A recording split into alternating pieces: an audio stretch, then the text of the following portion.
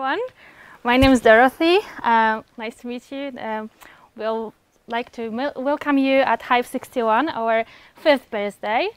How many of you have been here before at Hive 61? Okay, only a few. So how many of you is working with blockchain, cryptocurrencies, and how many of you knows something? Okay, so what about the rest of you guys? What about you? Do you know anything about blockchain? Why did you come here? Something. Okay, so you want to learn something about blockchain, right? Okay. What about you? Yes. Okay, what about your friends? Are you working with blockchain already? Do you know some stuff about it?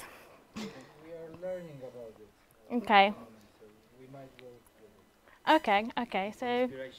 Okay, so hopefully you will get inspirations because we have really great guests today. Yes, we have also sponsors. Today, Gamer Hash is sponsoring our birthday, so at the end we'll have like a networking, and there will be something nice waiting for you. So don't leave before.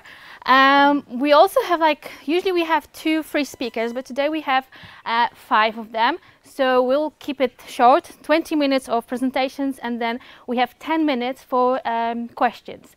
So if you know questions already, just ask, and if you won't get a chance to ask them during the sessions, Q&A sessions, then you can always ask them at the networking sessions as well. Also today we have some of you will have a chance to win these books. These are books from Michał, who is he's working as a lawyer, but he also knows he knows a lot, of course, because he wrote this book. And Stefan Benton, yes. So you know him. So do you know this book? No, I didn't read it. You don't. Anybody of you knows this book? Or okay, so can you share with us anything about this book? Is it good? Not good? It's very good. Worth asking questions? Okay, cool. So so at the end we'll have some Q&A also for books, and you will get a chance to win. And also if you have questions at the end, you will get Sprawny Marketing, or what we have, magazine from Crypto. So if you are interested, just ask questions and you will get them. What else? Did I forget about something at the beginning? No, we have everything. So we can start with Ula Lachowicz, who is our first speaker. So just a nice welcome. And Ula, stage is yours. Oh.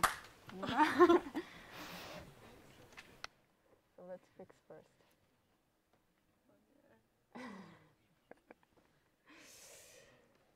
It works?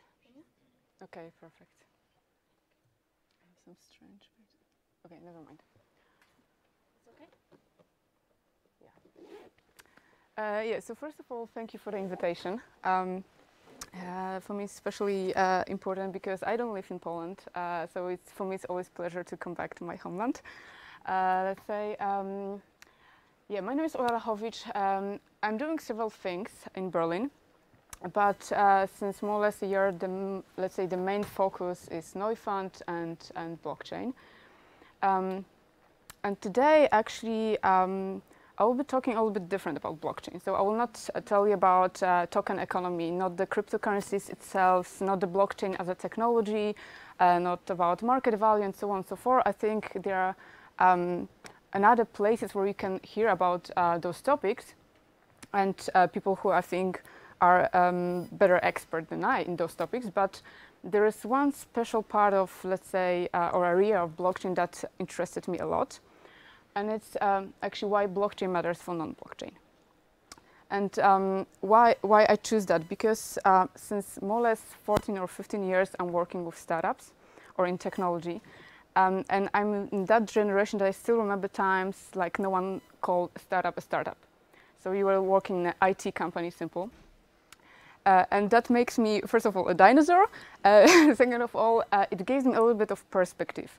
Not only about blockchain, but generally in technology. So I'm quite a skeptical person. And so I don't see only, the hype. I don't see only trend. I see some also weaknesses on each and every technology. I'm not a typical follower. I'm not a typical believer. And maybe that raises the question: what the hell I'm doing in blockchain then? So behind, let's say, the hype and behind all those speculations that we've seen, I see the real value behind blockchain. And the possibility to make significant change for startups and investors. I have one question to you. How many of you participated in fundraising campaign from the startup point of view, not from investor point of view? So you have to raise some funds. Maybe like ICOs or? No, just like VCs, business angels, and so on and so forth. Okay, so. As well. It's mostly, let's say, VC investors, but any kind of. So, okay. So there is one thing that is quite difficult about fundraising. When I was working with many startups, I was always working closely with founders, because they always like marketing, so they are very, very interested in what's happening in my department. Plus, they always believe that marketing will solve all the problems. But what I experienced with co-founders when they are doing fundraising campaign with traditional investors, with VCs, the whole company suffers a little bit, because during that the process, it's more or less at least half a year.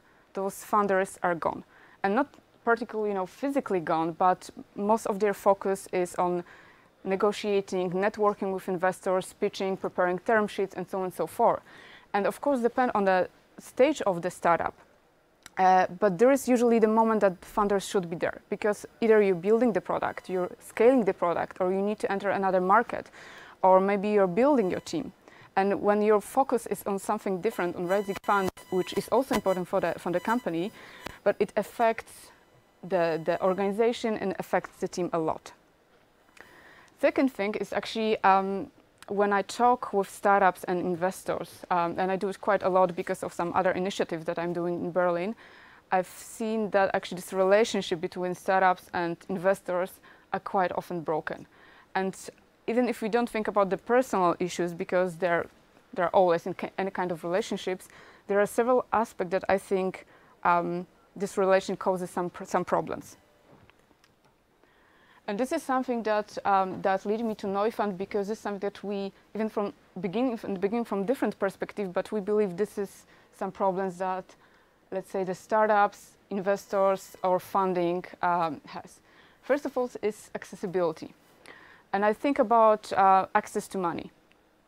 On one hand, nowadays we have, or startups have a lot of access to money. If you think about accelerators, incubators, VCs, and so on and so forth. But if you want like to raise a little bit higher amount of money, then actually it's not so easy. So the capital actually is limited to bigger companies. If you'd like to do IPO,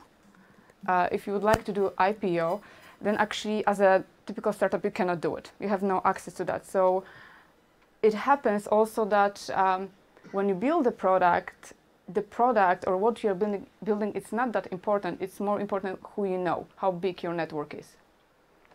If you think about investors, actually they are also a little bit limited to the biggest opportunity. So in US you need to be accredited investor. In Europe you need to be rich enough to access the best startups like, I don't know, Facebook, Google, and so on. So it's not so easy for everyone to invest. Second thing is the ownership. And if we go to the roots of owning something, of ownership, if you own something, it means you should have full control over it. And in terms of money, actually it's not so easy. In terms of assets or shares, it's also not so easy. I think it stopped working, right? Does everyone hear? Będzie ok bez? I'm fine without it. Yeah? Okay. So in terms of owning, so in theory, if you have a money and put it in a bank account, you own that money, right? But actually those money are controlled by your bank. You don't control them fully, right? The bank is operating your money. If you think about assets or shares, have you ever seen the stock certificate? Like the real certificate. So in theory, you own it. If you own it, right, it should be yours. But on the certificate, you won't find your name. You will find the name of a large custodian, for example. So this is the question if you really own it or not. And the last thing is trust. So if you think about trust from, let's say, higher perspective and thinking about the financial industry, which is connected with all investment process and so on, I think that industry lack of trust completely, and they lack of transparency. So if you are just like having your money, you don't know what exactly bank is doing with your money. If you would like to sell your shares, you just cannot go to your friend and sell shares or buy from him. It's just like the shares go huge, actually, the long journey through different organizations, financial institutions, sometimes regulatory, and so on and so forth. And if we know that already, or just like having that in the perspective, let's get back to the fundraising. As a startup, you decide, okay, I need to raise money. The first option that you have is VC. So we go to the VC and you're going to be judged. You're going to be judged. Sorry, what is a VC? Venture capital. So investors. Yeah, the most common is investors who own sometimes public money, private money, and then manage those capital, let's say. And when you go to the investor, then maybe that will be easier. You're going to be judged. You're going to be judged either your startup is disruptive enough, it's innovative enough, or maybe it's disruptive too much, actually, right? And you will fit their standard or not. And maybe that's okay that you don't fit their standard, because every investor has their own portfolio and they have their own, let's say, I don't know, their own ideas what kind of startup they would like to invest. But what's your alternative? You could do crowdfunding, right? You could go to, I don't know, Kickstarter or Indigo and so on and so forth. But and then you can ask your community to join and support you. But actually, bigger investors like VCs will not be interested to join you during the crowdfunding campaign. And the third option that actually happened, the boom started in 2017 is ICO, so fundraising on blockchain. And that was, I think, the first moment you could, do fundraising round with actually unlimited amount. You could ask investors from all around the world. So the only limitation, they should have some cryptocurrencies, depends of course of the ICO, to invest, and that was the only limitation. So let's look a little bit closer to the ICO or fundraising on blockchain and the VCs. What actually blockchain has that VCs or investors don't have. So first of all, there's something that I already mentioned. If you decide to go with fundraising with VCs, you need to dedicate more or less 6 months per round, and taking into account you already have a network, so you already know investors. There's a lot of negotiation, a lot of actually talks, it's just like it's a process that's super long process that you need to be ready for. On blockchain, it's much quicker. When you issue the token, it contains the offer, and it's take it or leave it. There is no negotiation. If you don't want to buy it, just like we don't, and that's all. The second thing, if you'd like to go with VCs, you are limited to VCs, right? You cannot combine during, let's say, investment round, your community and investors together. You can do it only with VCs and some financial worlds, so bigger institutions. So even if you build amazing community would like to support you, they cannot join you in that investment round. On the other hand, on a blockchain or during the ICO, anyone could be your investor. They just need to have cryptocurrency. The third thing about VCs, it's a very actually expensive process. So think only about legal costs and provisions. It's just like you will need to have special budget for that. So if you're just at the beginning of your journey, that could be quite difficult. On blockchain, there is no middleman, there is no fee to be charged on the way. The fourth thing, during the venture capital, you are based a little bit on your relationship, so the investors that you know. You need to meet them offline, one by one. Sometimes, okay, you could do a Skype call, but most of the time, actually, you're gonna go and meet those people.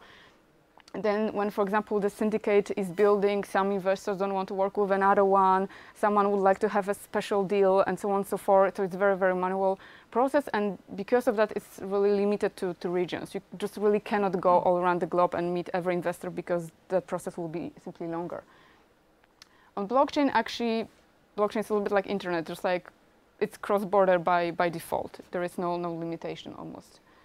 And the last thing is about money again. So if your fundraising campaign is successful, you get money from investors, you're kind of rich, but you are not actually. So you need to wait years for the exit to sell your shares. And fundraising on blockchain, during the ICO, the liquidity is much, much higher. Your tokens can be tradable from day one on crypto exchanges. But if that ICO, if those blockchain fundraising that started in 2017 is so good, what's the problem with it? What was why so many countries actually banned ICOs? Why there are so many questions from regulatories, from financial institutions, and so on? And there is one thing that actually matters that looks like quite simple, but actually it differs a lot. So those ICOs that happened in 2017, most of them actually were issuing utility token. And utility token works a little bit like vouchers. So you buy the promise that the product will be delivered. But what if not? I mean, utility tokens that don't give you a shareholder's right. So as an investor, you cannot do anything with that. And if the founder will take the money and run away, like it happens several times during the ICOs hype, then you cannot do anything because you don't have a contract, paper contract, and if you go to the court, the judge won't read the smart contract. Judge don't read the code. So what if we treat the ICO or blockchain fundraising more like IPO? So more like the public offering. It means then the tokens will be more like treated as shares, and it means securities, and then it means that they need to be regulated the same way than IPO. And this is something that happened in 2018. Let's say the second wave of blockchain fundraising is security tokens. So what are the security tokens? This is like umbrella that defines a variety of asset classes that could be asset classes that can be tokenized. And they're representing an underlying assets, which mean they're representing, for example, debt tokens. And debt tokens can represent risk or dividends. Equity tokens that can represent company shares. I mark it on green because we're going to get back to that, because I think this is most interesting for US startups. They can also represent real estate tokens, and so on and so forth. They are compliant and fully regulated. Of course, that differs jurisdiction by jurisdiction, because almost every country defines or have different kind of securities. It's a little bit different in US. That's why so many companies, blockchain companies, just like had to run away from US. It's a little bit in Germany. It's a little bit in Poland, and so on and so forth. But it's regulated. Somehow, all try to be regulated. And last thing, they represent enforceable rights, which means as the issuer or as a company who issue tokens, you are obligated just like to deliver promise to investors. And if you don't, you could be punished, or you need to just like report this to investors. So it's more like really like IPO. It's not like you promise and you just run away, nothing gonna happen. And those equity tokens that I mentioned, that they can represent shares of your company. Equity tokens are more like universal tokens. They can represent ownership of any kind of business model, also any kind of network, and in that way they work a little bit like shares. Network? Like in blockchain network. There are different kinds of, so maybe just like leave it because in terms of companies, so yeah, that will be easier. They are legally binding tokens, and they simply represent shareholders' rights in off-chain companies. Off-chain is a term that blockchain world is using for actually non-blockchain companies, simply. And they are technology-enhanced shares, which means that tokens can execute shareholders' rights. So token can act, right, on behalf of shareholders. And they can coexist with utility tokens, so you can simply add these utility functions from the utility tokens simply. So if you decide to let's say, to issue equity token, you're doing something that is called equity token offering. And equity token offering is a little bit like, we tend to call it a little bit like IPO on a blockchain.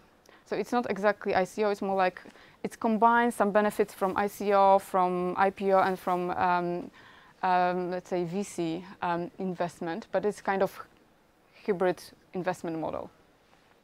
But what is interesting actually about the ETO, that it's a type of fundraising that can be done both by non-blockchain companies and by blockchain companies. And you can issue equity token in a public offering or private offering. So it could be both. It depends what you as a company decide. To show you some, actually I think the most important benefits for non-blockchain companies. First of all, it's legal. And it's legal because it's, the tokens are legally binding tokens. And it means actually, and this is what we do in Neufund, when when you have a smart contract, it has representation in written agreement. So from, let's say, investor point of view, if something happened, you have the real paper and you can go to the court and execute it. The second thing is it's more technological, that there is a bridge between, let's say, an off-chain asset and on-chain tokens, but it's more technical.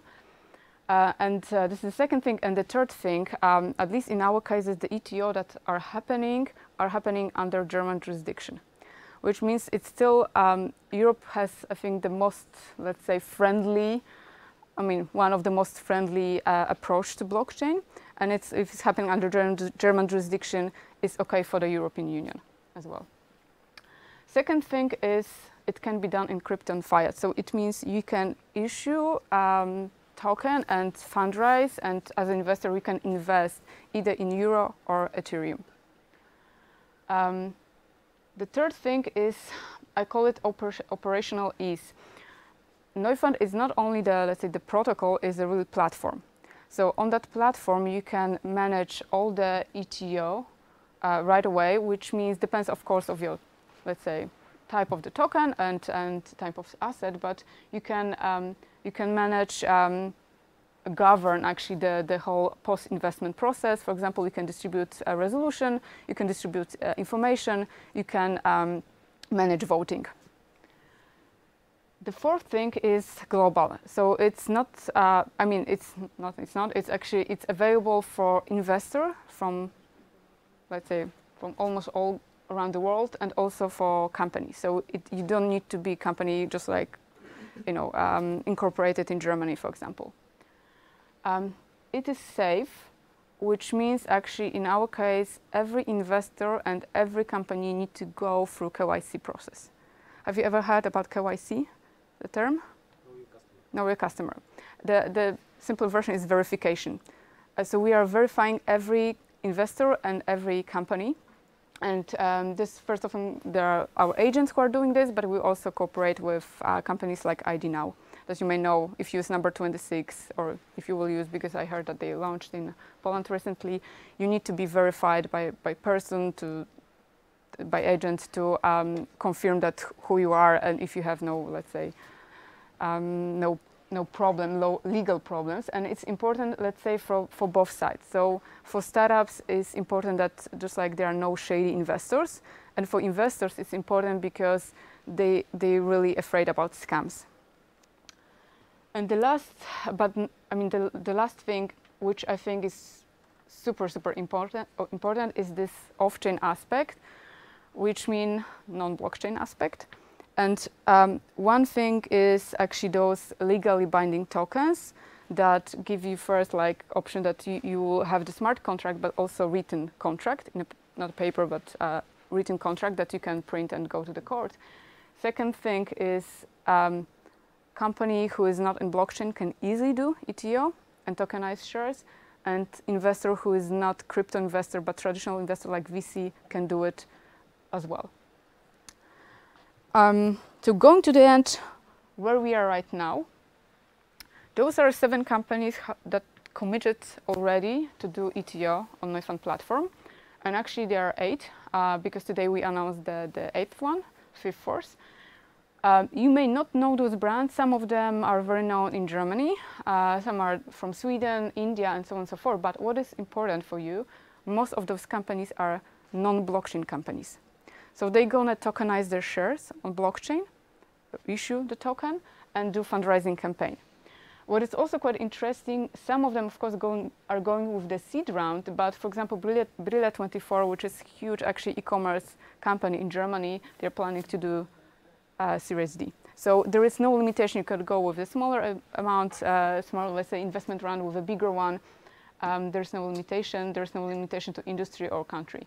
Okay, so they went first with Fiat, the first series, and then it depends. I mean, there will be case by case. They can decide. They can decide. I'm rising with Ether or I'm rising with Euro. It's completely up to them. No, but I mean, like they did the first round normally with normal investors, with the whole process long and so on, and then they came for the D series. Brille, yes. Yeah, Brille, yes, of course. Some they will be doing, I think, not sure about Blockstate, if this is the first round for them or they already have some. I'm quite surprised there are only 8 companies here. Actually, it's not. I mean, this is the first thing that gonna, for the first time. No, I mean, there will be 2 that will be announced, no, more a little bit. So soon we're gonna announce a little bit more, but you need to remember this is the first time that's gonna happen. And it's like huge exercise, you know, legal exercise, technology exercise, so. It didn't happen yet. No, there will be, the first one will happen, was announced today and will start next week. And it will be, let's say, first ever ETO happening. It will be the pilot version, so we're gonna test actually the platform and technology. But this is, you know, it's super innovative. So yeah, you cannot go with huge mess. We need to test it how it is. Okay, but you have a monopoly on interchanging the tokens. I cannot call my friend and say, hey, you want to have my token? Have my token. I have to sell it through you, yeah? It's a little bit different. So we are not a, let's say, crypto exchange. So you are not buying, you are not selling tokens.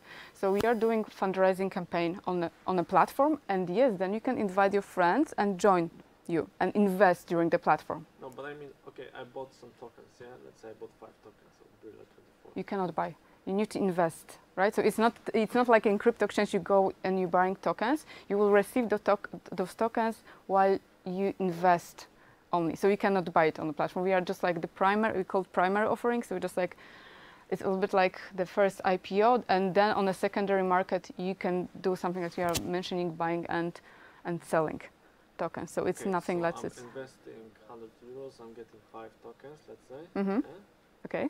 And these tokens are locked into your platform. They're on your platform, right? I cannot somehow take them out. You can. I mean, you can register on the platform for different kind of wallets. And for example, if you register with your Ledger Nano, then it will be on your wallet. Ah, okay. You can, okay. yeah. And then I can send it to him without you knowing, knowing this.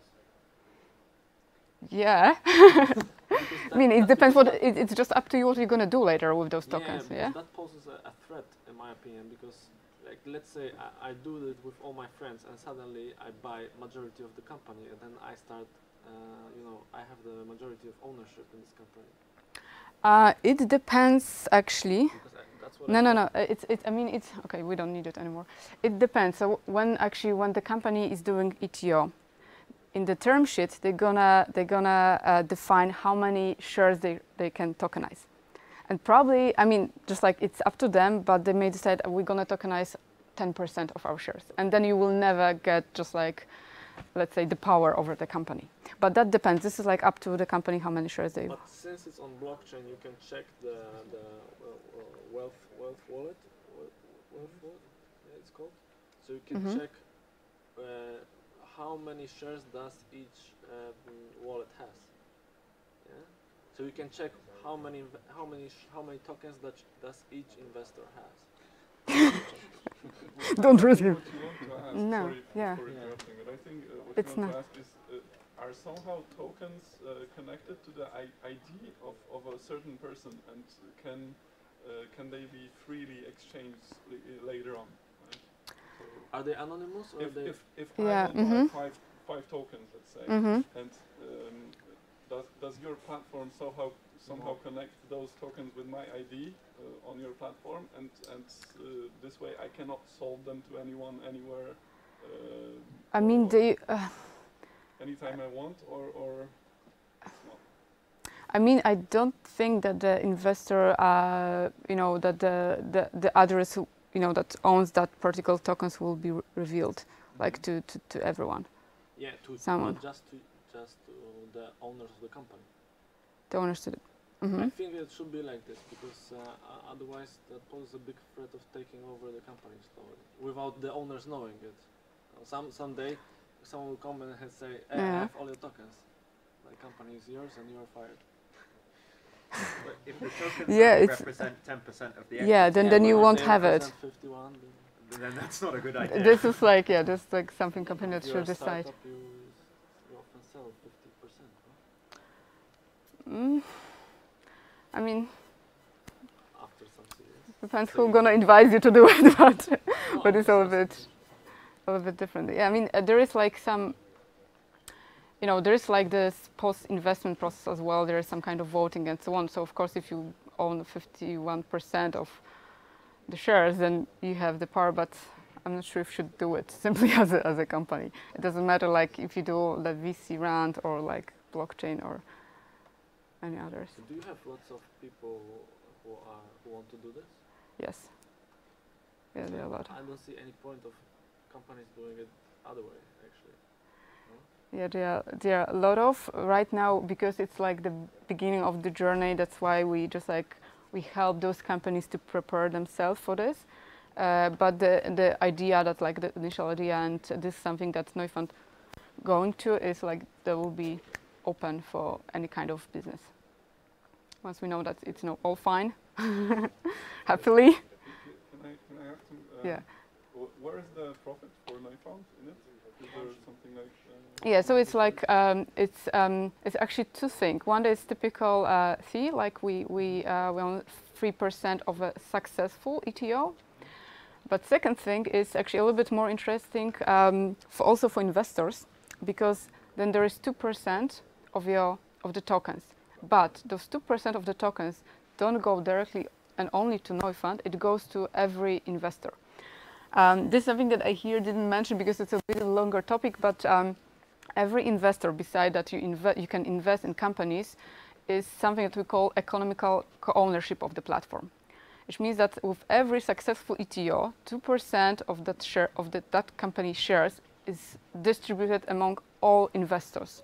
Those who invest in that particular company, but also in every future company. So that makes it actually, let's say, it's kind of incentiveness for investors, and something that we share as a community-owned platform. And the idea that at the end, just like the platform will be owned by the community as a long term. So to get some of these 2%, you need to invest. You need to invest. You need to invest. There is no other way to get it. So what is the purpose of the Neumark? Because there is also yeah, this is like Neumark gives you actually that right. So when you invest in any kind of ETO, on top of that you will get Neumark. And this Neumark has no other function than as a reward. And as the owner of Neumark, you have the right to get more, let's say, tokens from the next, let's say, ETOs that are going to happen. So this is like the let's kind of representation of this platform ownership. Is there a way to get Neumarks without investing, or like buy it on an exchange or something? Yeah, you can buy it, but this is like it's not a coin, so just like we don't see the reason to buy it. Just like, of course, some people will, but this is not the point of having. Yeah, so it's just like kind of reward and just like the right for. It's tokens, yes. It's a token. Neumark is a token. Mm-hmm. So the biggest challenge in this project was actually doing the legal part. Mm-hmm.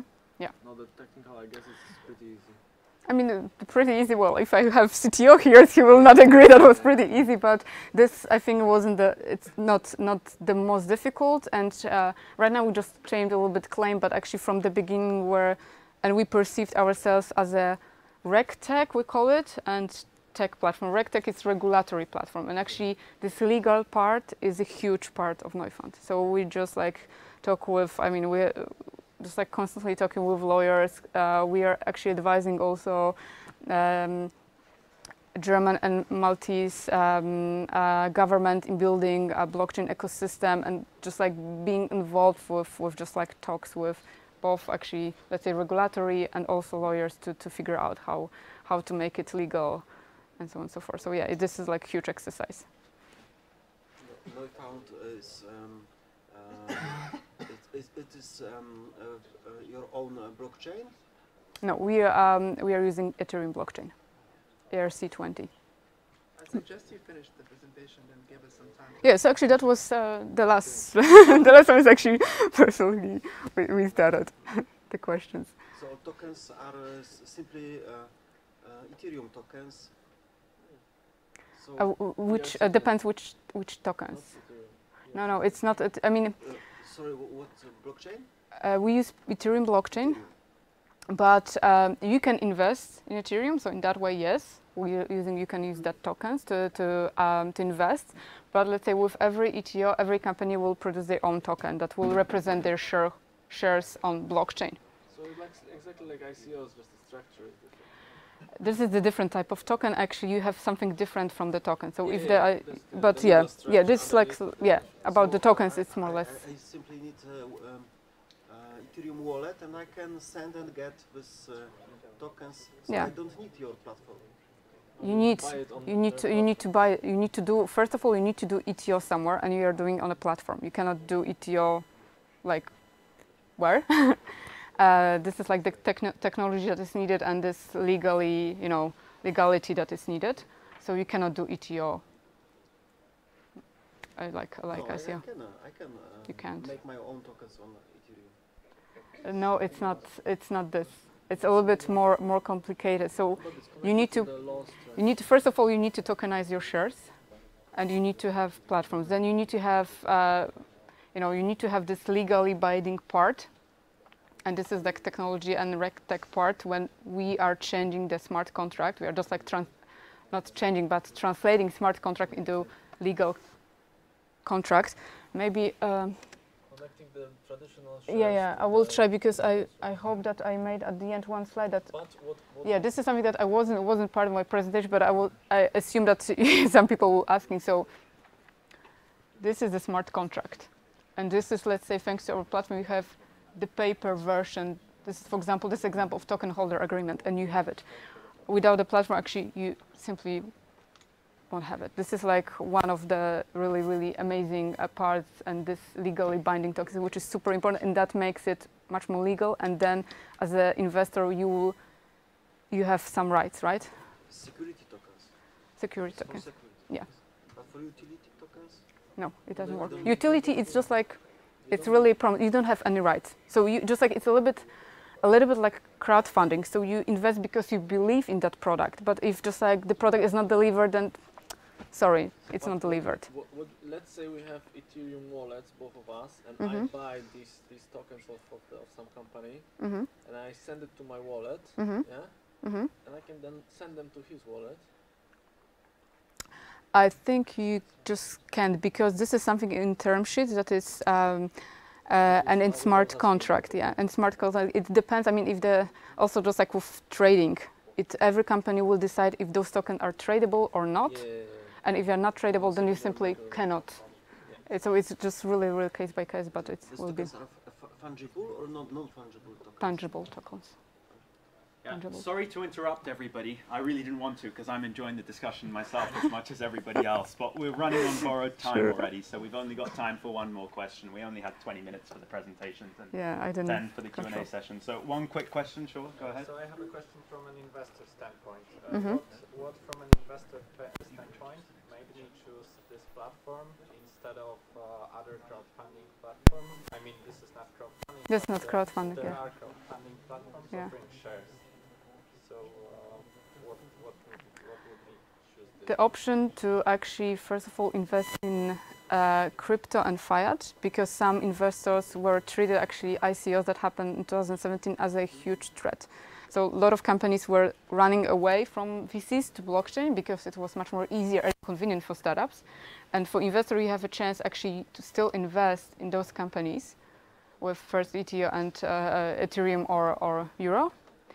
Then this Neumark that gives you actually later with each and every ETO gonna happen, successful ETO will give you more equity tokens from other companies. So this is also that you can even get for free once you invest in one. And access to actually companies who decided to not to do it in any other way, simply. Okay, yeah, thank you very much. That was a great speech. Thank you. And hopefully you're staying around for the network. Yeah, I will. Thank you. And I think Dorota will introduce our next speaker. Yeah, if you want, you can do this, no problem. Okay, now we have Jacek Kubiak from I Love Crypto. Please tell us a little bit about yourself, if you can, because some people may not know you. And then we have your presentation already ready. So yes, you can start. Yes, so hello everyone. I'm an editor-in-chief of the new crypto magazine, I Love Crypto. And I've been working for I Love Crypto for something like, I don't know, 6 months, maybe a little more, sorry, a little more. But before that, before I really came full-time for I Love Crypto, I was working part-time for I Love Crypto. That's why I'm talking about it. But I basically became interested in blockchain cryptocurrencies somewhere around beginning of 2017, which is, I think, quite late, especially when you read all those crypto gods that were there from 2010, you know, or 2011. You just get something like, oh my God, you know. But it's a very, very actually new space, right? So it's a very fresh space. So everyone that gets involved quickly realize that you know, even though that were there before or earlier than you, there is no problem in catching up really fast, right? So I'm really happy that you know, there's at least some of you, especially when we look at the Bitcoin price lately, right? Does any of you have cryptocurrencies in your crypto wallets? Yeah, all right. My condolences, right? So. All right, so I will talk today about 2 or 3 things actually, basically.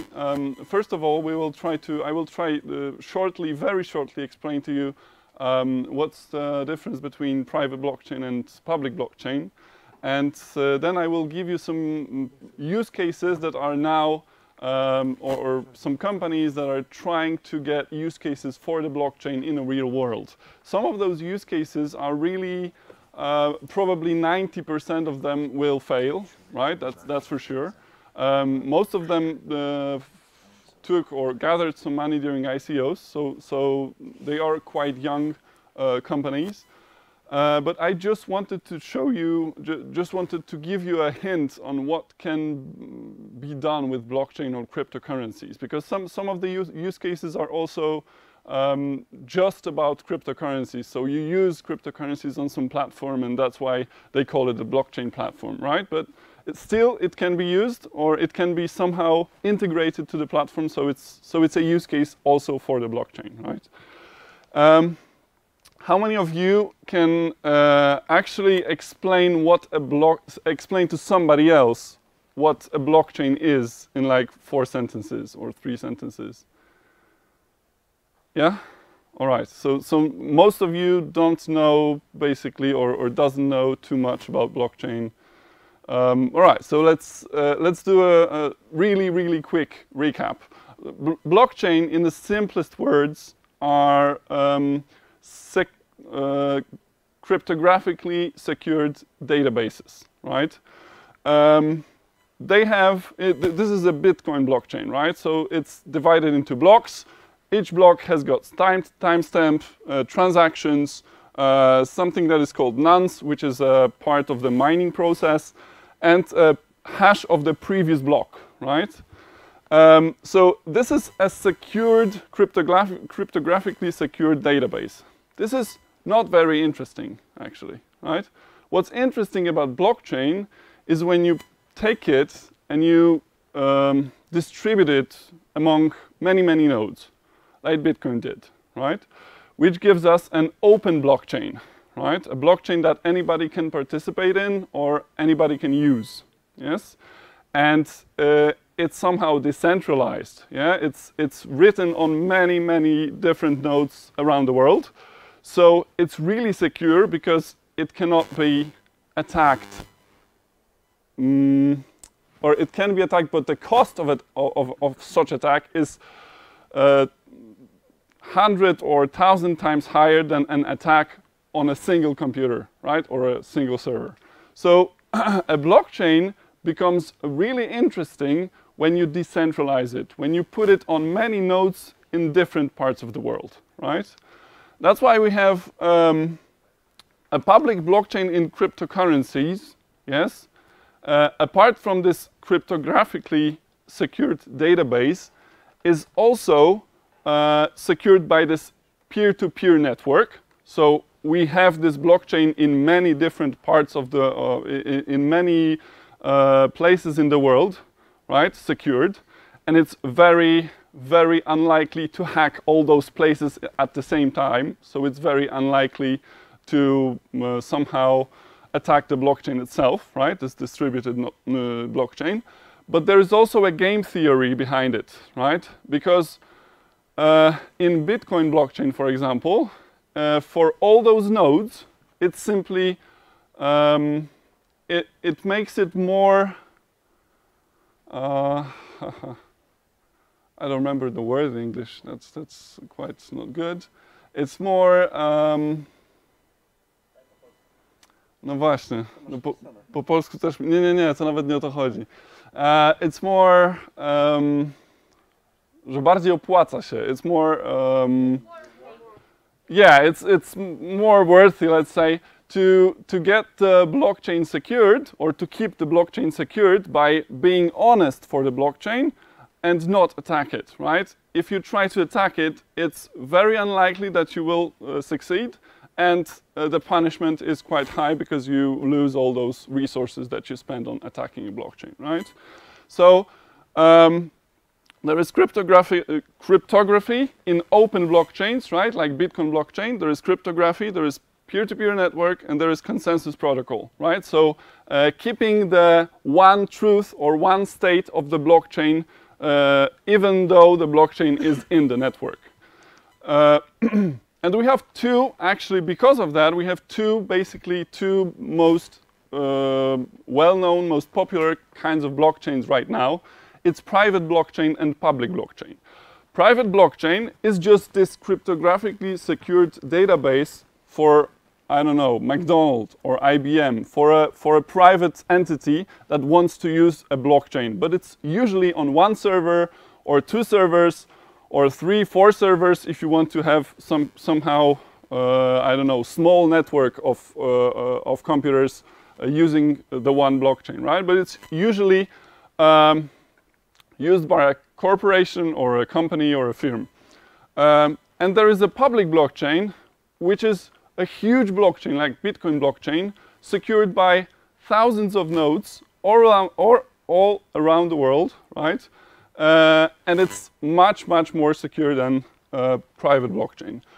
Both those blockchains have got some use cases, right? You can have private blockchains for for example, companies like IBM or McDonald's, just to make it more secure to use your database or something, or to save your data on this blockchain, or to get some savings from, for example, from documents, because you keep documents on a blockchain, right? This is a good use case. But you have public blockchain, which can actually be a part of building a new decentralized Web 3.0 or decentralized applications, right? The difference is that the availability of public blockchain is permissionless, so anybody can join a public blockchain like Bitcoin. Anyone can use Bitcoin. But in a private blockchain like IBM blockchain, IBM, of course, verifies every node that wants to participate in the IBM blockchain, right? Because it's public, right? Because the blockchain is public, it's usually slower because there is much more nodes. And private is usually faster because, as I said, it consists of just few nodes, right? Behind the blockchain. The security in a public blockchain is somehow that the public blockchain is secured by consensus algorithm. In Bitcoin, it's proof of work. How does it work? It's a different topic, but it's very, very interesting. So I recommend to get into it if you have time and passion. And in private blockchain, it's verification. So IBM verifies every node that wants to take part in a blockchain, right? Identification, public blockchain is pseudo-anonymous, private blockchain have verified users. Decentralization is, as I said, the public blockchains are more decentralized. The private blockchains are rather centralized. And the use cases, what for can it be used, are really different, right? But both have somehow, both blockchains have some parts in economy, and they have some use cases, some particular use cases that we can talk about. Now, for me, the public blockchain, right? So the public blockchain part, like for example, Bitcoin blockchain or Ethereum blockchain, it's I'm more enthusiastic about them because I think they can be more disruptive in the future, right? So as I said, they can lead, for example, to building Web 3.0, so some kind of a decentralized internet, right? How and why and what for? These are all the questions that you have to answer by yourselves, but I think this is a very, very interesting topic. So public blockchains are a very, very interesting topic. A private blockchain are just like sometimes used just to sell some products, right? Which will be shown in a minute. We have to be careful because there is a huge hype for blockchain, right? And for example, there was a company in the US that was actually an iced tea company that put the blockchain in the name, simply, and their stocks went higher or jumped 432%, right? So they are under investigation now, so be careful about that also.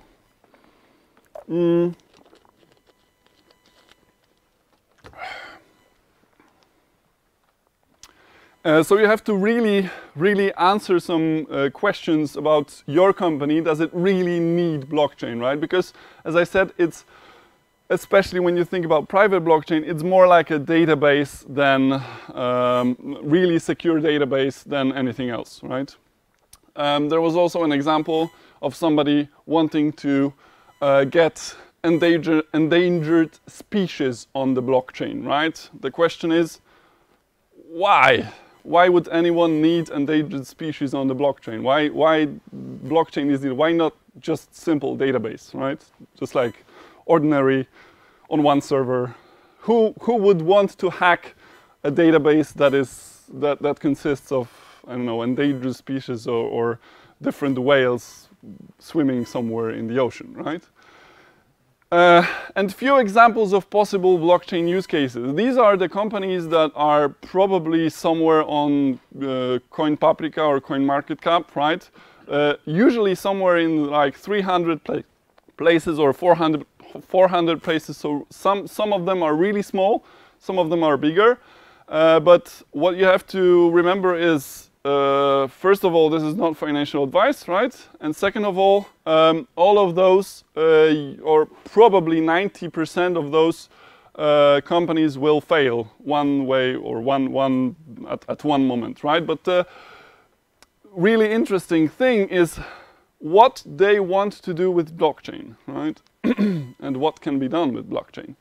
Golem, this is actually a Polish project. Does anyone know Golem? Yeah, all right, so quite a few. So it's a computing power shared between users when needed, right? So they connect computers, they connect simple normal PCs, laptops with their application, and by somehow renting your computing power or part of your computing power, you can gain some Golem tokens, right? And then exchange them for money or whatever. Do something else with it. You can use actually those tokens to rent some computing power from someone else, right? This can seem like a stupid idea because we have all those big servers, right, that we can rent computing power from, but they are usually quite expensive, right? And sometimes there are huge like lines for, you have to wait for, I don't know, 20 days to use a certain server to make some kind of calculations that you need to send your spaceship to the moon, right? So, and it can't wait because the summer is getting over. So you sometimes just need some computing power now. And Golem is somehow trying to solve this problem. Wabi, securing the authenticity of vital food products with RFID chips. This was a company started after a big in China there was a problem with infant formula or baby formula. Because something like 300,000 people had to be hospitalized because of some kind of counterfeiting of the baby formula, right? So the company wants to make somehow identification of the baby formula or other very crucial food products on the blockchain, so you can scan them with your smartphone, for example, and you know that its authenticity is okay, right? So that this is an authentic product and not counterfeited. Basic attention token. Who knows basic attention token? Oh wow, quite a few. An attention rewarding payment system for internet browser, right? So basically there is a browser called Brave. Nowadays, it's done by one of the founders of Mozilla Firefox, and they want to reward the users with a basic attention token for watching the ads in the internet, right? But you can somehow, you don't have to watch the ads, and you don't simply gain tokens then. So you can have completely free of ads internet if you don't want. If you want to earn some tokens, you can watch some ads from time to time. That's basically the goal. SIA is a bit like Golem, but when you think about a hard drive, right? So space, basically cloud. It's like cryptographically secured files on a cloud that is all around the world, right? On personal laptops or personal PCs of other people, right? And they get rewarded in SIA token for giving you the space to write something down there. Aragon, infrastructure for decentralized autonomous organizations. This is a very, very, maybe someday far in the future probably thing. Have you heard about DAOs? Yes, especially when it comes to Ethereum, you should heard about one at least. more or less. It's basically an organization that runs by itself, right? The organization that actually a code runs, or a computer code runs, and the shareholders have their vote in what the organization should do, and they are voting with the tokens, right? So this is a quite interesting concept. Maybe one day we will see companies which are decentralized in a way that they have no CEOs, no managers, but they are run by shareholders only and a computer code. Modem, it's a little bit like Wabi, but when you think about pharmaceutical supply chain. So for medicaments or for drugs, the good drugs, right, not the bad drugs, for the good drugs to be okay, you have to transport them in a certain environment, right? They have to be cold, there has to be a cold storage, right?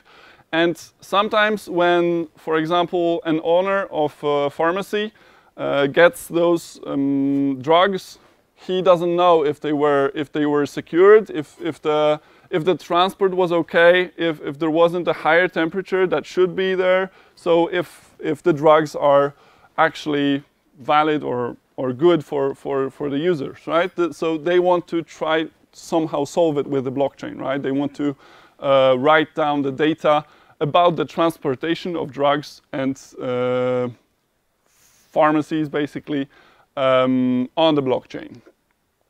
Nulls, very interesting project. It's like WordPress for blockchain technology. So they want to make a blockchain like a puzzle game, right? So you can have different modules, and you, as a user, you don't have to be a programmer, you don't have to be a coder. You have something like a graphical user interface, and you just put yourself a blockchain by getting this module and adding this module and this consensus protocol and this kind of gossip protocol and this, and you make your own blockchain from the modules that are there provided by nulls. VeChain, luxury goods on the blockchain, right? Sometimes we want to buy a very expensive wine, and sometimes we are not sure if the wine is authentic, right? VeChain wants to solve that, so they like Wabi, they want to make some kind of a chip or an RFID chip that will secure the authentication of luxury goods, especially like Rolex watches and all that stuff, right? And probably one day, maybe they will also include a car mileage on a blockchain, which would be actually good, especially in Poland, right? And repair history also on the blockchain. So when you buy a car, you know that 100,000 miles on the car is actually 100,000 miles, not 300, but changed, right? And that it wasn't in some kind of a huge crash or something like that. So maybe one day, who knows? Power ledger, it's like a peer-to-peer electrical grid, especially between small producers. Like you have a solar panel on your house, and you have a small mill on your house, right, that produces electricity, and you don't consume it all, so you have to give it to the grid usually, or sell it for a very low price. What Power Ledger wants to do is to connect those small electricity producers and to make them able to exchange the electricity between themselves or even between some other users. What is really interesting about this project is that you as a user, for example, of Power Ledger, you can have additional requirements for the energy that you use. So, for example, you can say that you want to have energy only from the green electricity producers. So producers that use solar panels or something like that, right? So it's not produced, or it's produced ecologically or in an ecological way. Thor token, also a a project that tries to solve a particular problem, right? There is a huge problem with gig economy in the United States. Do you know what's gig economy? It's like all those contractors, for example, people who are not insured. Sorry? Yeah, freelancers, thank you. So all the freelancers that are uninsured, they just have like temporary jobs somewhere. They are all uninsured. They don't have medical or healthcare insurance, right? They don't have any retirement plans. And Tor tokens want to connect them, and by connecting them, they want to make available for them to have actually a healthcare insurance and a retirement plan and all those perks that corporation workers have, but they don't have right now. Hoard exchange, something that I'm particularly excited about, is they use, because before blockchain, it was very hard to get a scarcity in digital assets, right?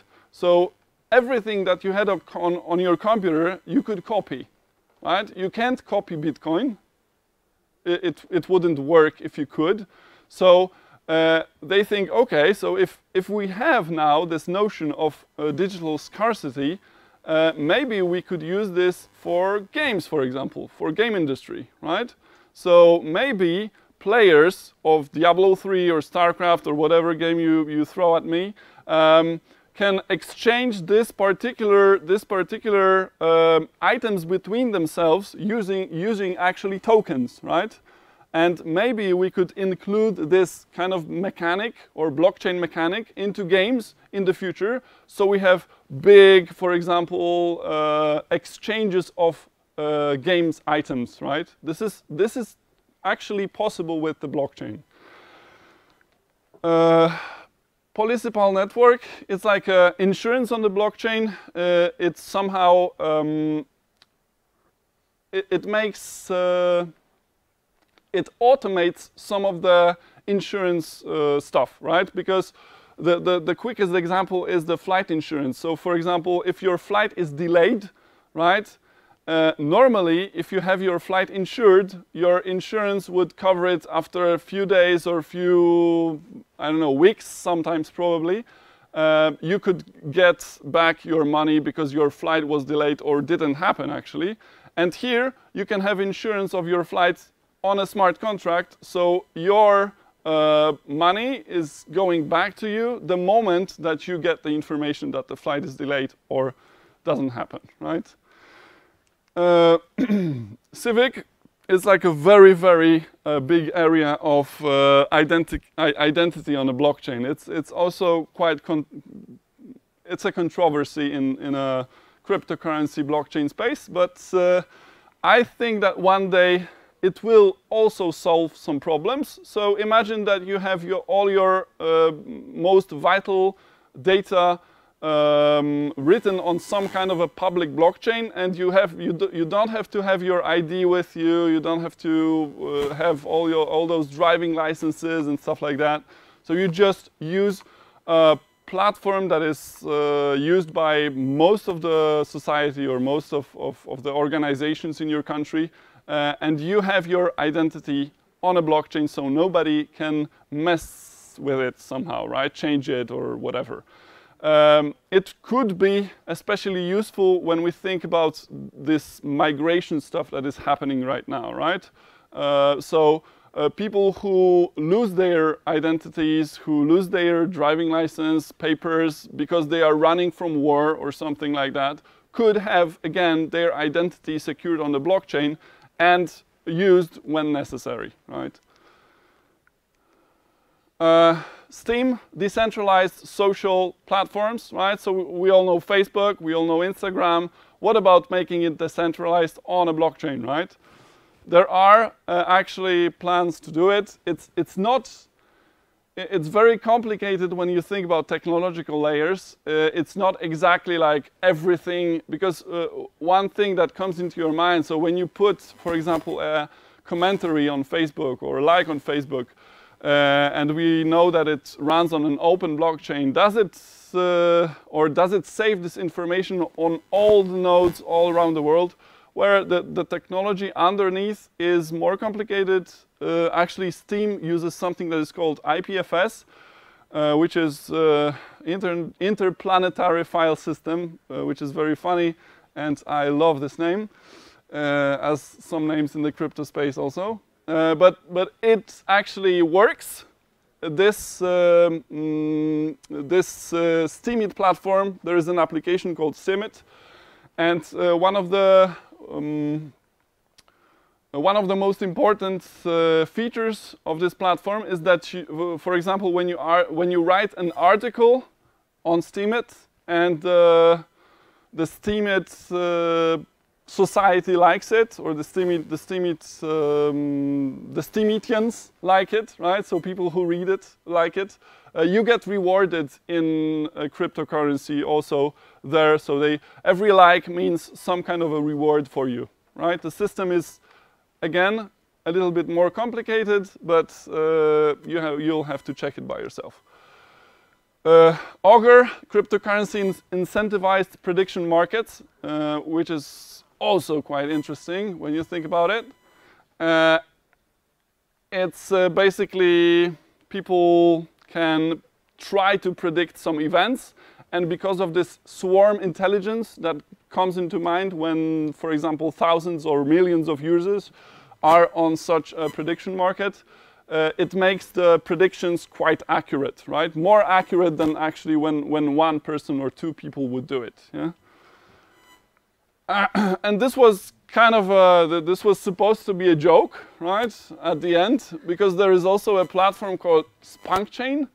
But when I actually read about it a little, and when I actually thought about it, whatever we can think about erotic market or porn market, right? This platform might actually solve some problems for those who are providers of erotic stuff, right? I mean, films, movies, articles, whatever, whatever you name it. Because, for example, Pornhub, I don't know if you knew it, but it takes 49% of all the earnings that are on Pornhub platform, right? Not actors, right? Not the filmmakers, but Pornhub itself. So when an actor or somebody that makes erotic movies can earn 49% more because we get rid of the middleman with the use of a blockchain or cryptocurrency, well, good for them, right? It solves some problem. And that's it. Thank you. And now if there are any questions, please shoot. Oh, okay. And then the rest of the questions will be at the networking session. So, who wants? No questions. Ask. That's good. No questions?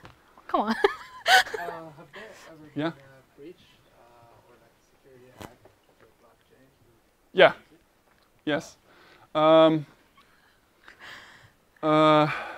First of all, the most security breaches that we hear about are usually the crypto exchanges, which are actually centralized entities, right? They are not running on the blockchain unless they are also decentralized. But most, like 98% of exchanges are centralized, use 1, 2, 3 servers, right? And this is the weak spot, right? When you think about blockchains themselves, there were situations in which blockchains secured by proof of work consensus algorithm were attacked by this attack that is called 51% attack. Because miners in a proof of work system, there is something like a hashing power of the whole blockchain, right, of the whole network. And if you get 51% of this hashing power, yeah, you can actually try, or you can sometimes double spend the cryptocurrency that you have there. Yeah, and there were instances of such security breaches, especially when you think about small proof of work projects, right? Because imagine that you have Bitcoin, right, which has got like hashing power of unimaginable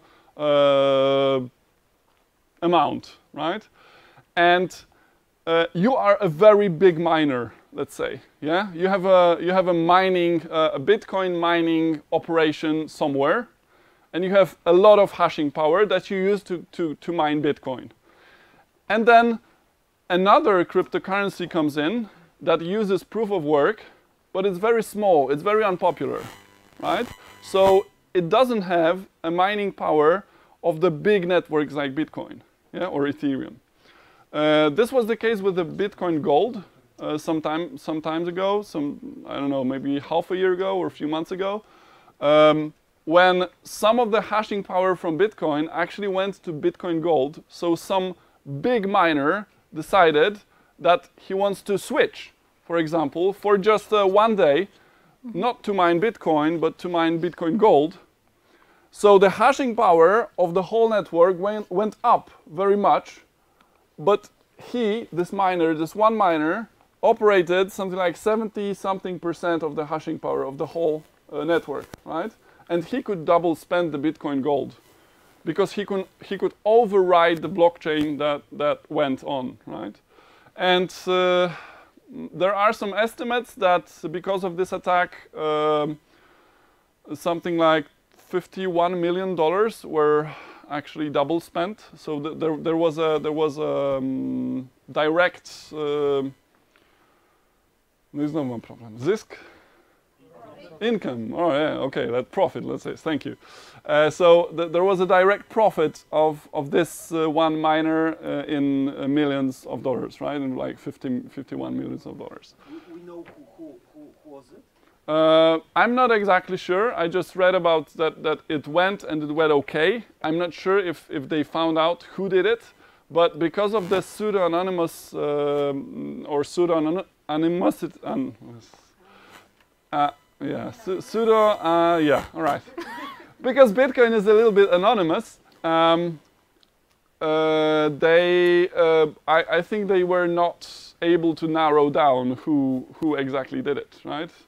Maybe they will in a month or two, or in a few months, when they will trace back when, where Bitcoin Gold appeared on what exchange and something like that. So by learning those addresses that you know double spend some Bitcoin Gold and stuff like that, maybe they will do it. But it's a hard and quite difficult process. So yes? Some Bitcoin Gold are fake now. Well, it's exchange still.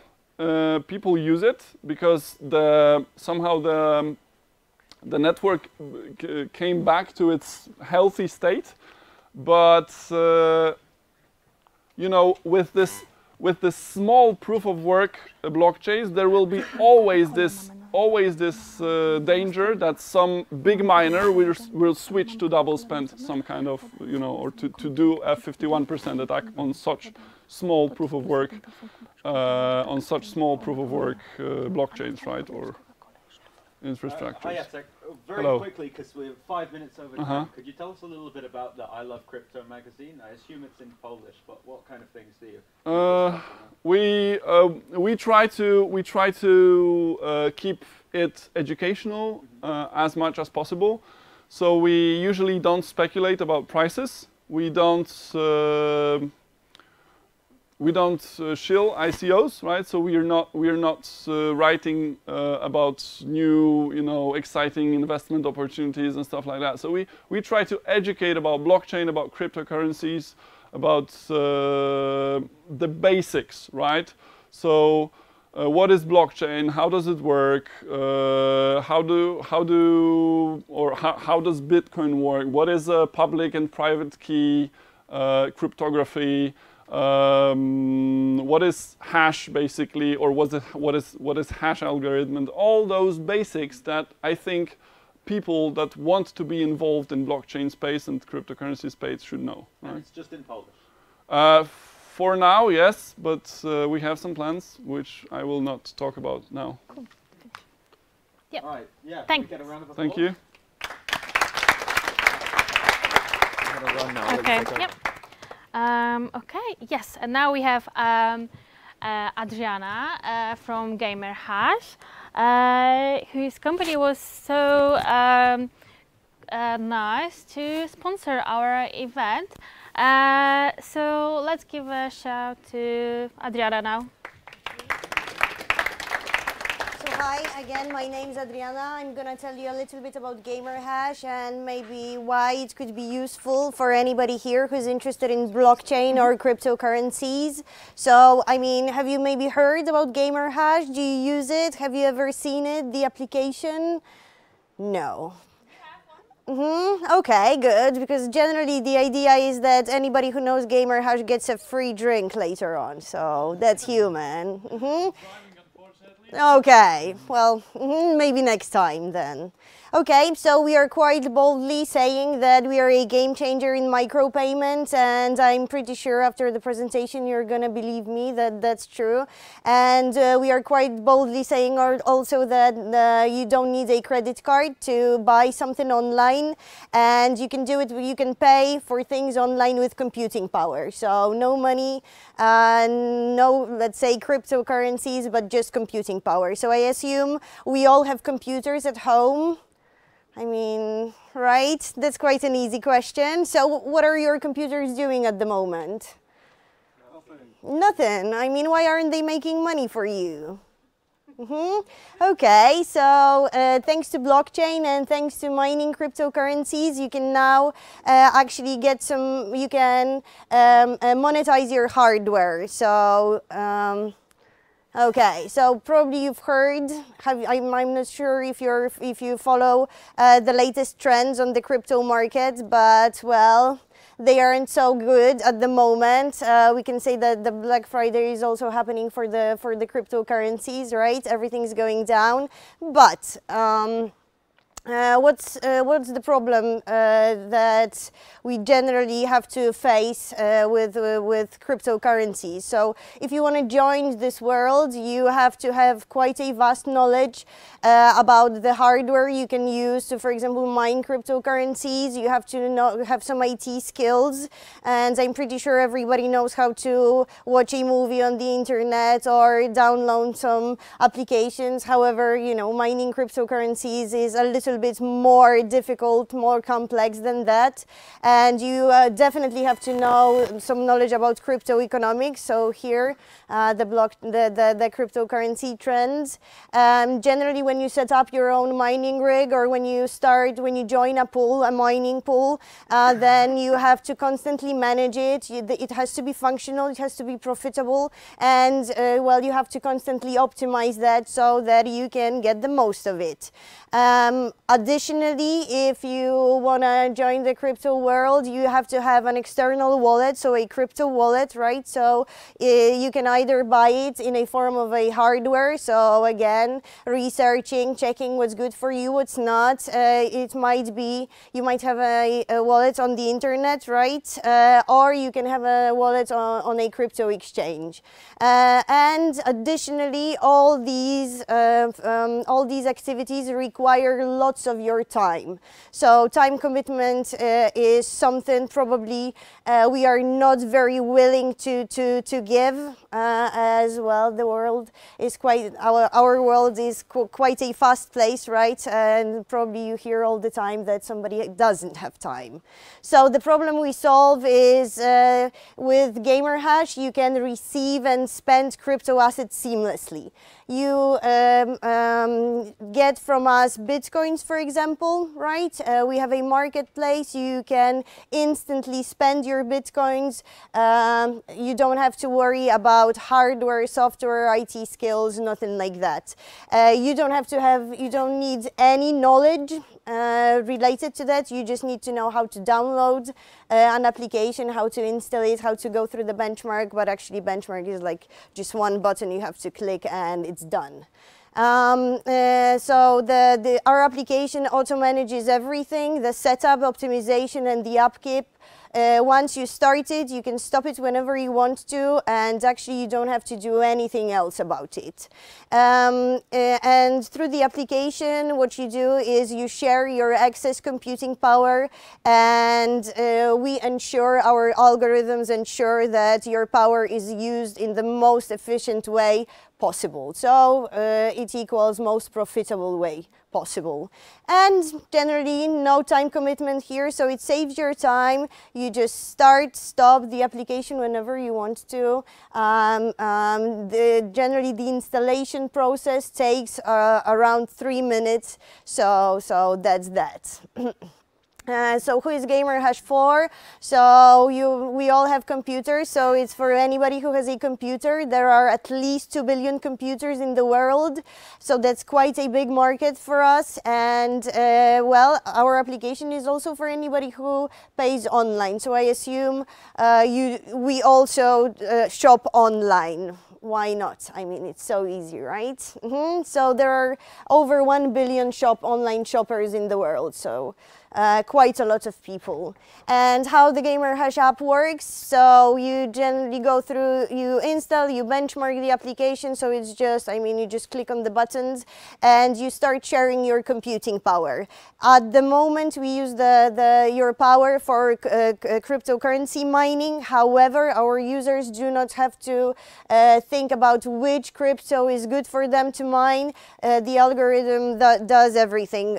It just, that's why you go through the benchmark. So you benchmark your hardware so that our algorithm knows how to, which coin will be most profitable to mine, right? We mine Monero, we mine Zcash, we mine lots of different coins, but everything depends on your hardware.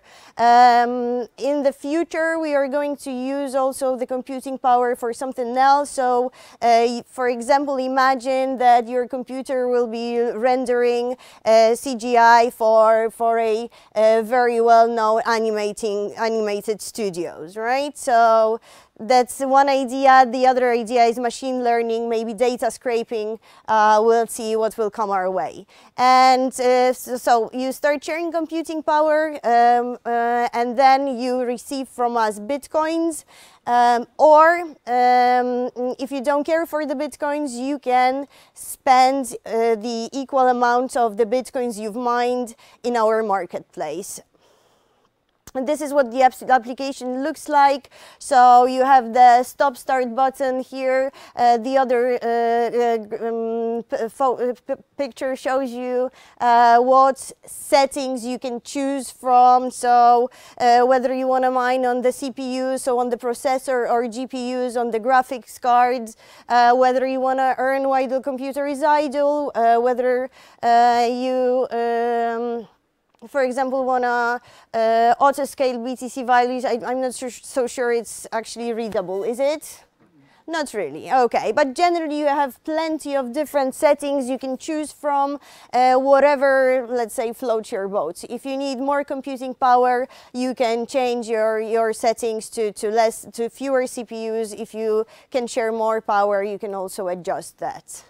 And well, generally people want to buy bitcoins, right? I mean, so you then have to spend your own hard-earned money, and with the trends like now, probably nobody would like to do it. So that's where we come in. So you just share computing power and we give you bitcoins if you want to have them. You can imagine that last year, for this around December, January, Bitcoin's worth was almost $20,000 per one Bitcoin, right? Now it's unfortunately around 4.5, I think. However, you can imagine that you can hodl or hold your Bitcoins mined with GamerHash, and they will either get more value. If you think they will not be more valuable, you can always exchange them for different gift cards. We have different ranks because obviously our company makes money on the mining commission. So the mining commission is 2 to 7% depending on how active you are within the network. And for every new user, we give 100% mined funds for the first 30 days. So you can check us out. If you like it, you can stay with us. If you don't like us, please write me an email and tell me why. So what you can get for sharing computing power. We have plenty of different gift cards. You can get, for example, your next Netflix subscription because the GamerHash application can run in the background. So when you watch Netflix, you can actually be earning for your next Netflix subscription.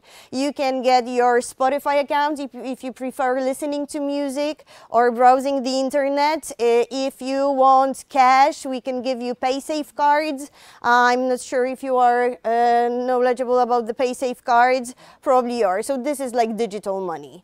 You can get your Amazon gift cards and buy whatever you want. You can, if you are a gamer, for example, you can get your Steam gift cards.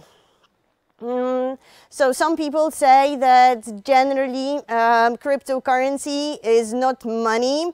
I will not agree definitely with that. We have some users who have bought different things through sharing computing power via GamerHash. We have one user who has already bought a washing machine, a screen, a microwave, and some computer accessories. So if somebody tells you that crypto is not money, I mean, they are totally lying. So don't believe that because it's really exchangeable into different goods, which you can later on redistribute among your friends and maybe get some money back if you actually really need the money.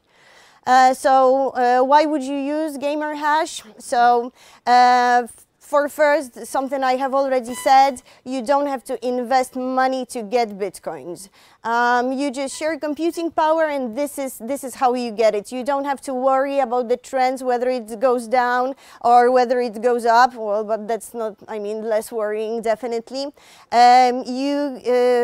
Through sharing the computing power, you can buy stuff you already use, right? So I'm pretty sure lots of you have we all have a Netflix account, Spotify account. We buy on Allegro or Zalando or any other marketplace. You can imagine if we don't have it at the moment, we will have it in the future.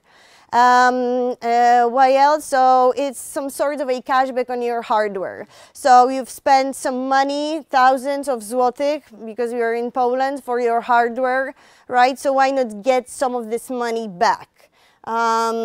This is what we do. And we also have one case, not one, maybe a little bit more, but we got some parents actually interested in GamerHash because they've been telling us that their daughters or sons, they constantly buy something on Google Play and they want to use their credit cards. So they asked us how to use GamerHash so that they don't have to give their kids credit cards for buying different applications.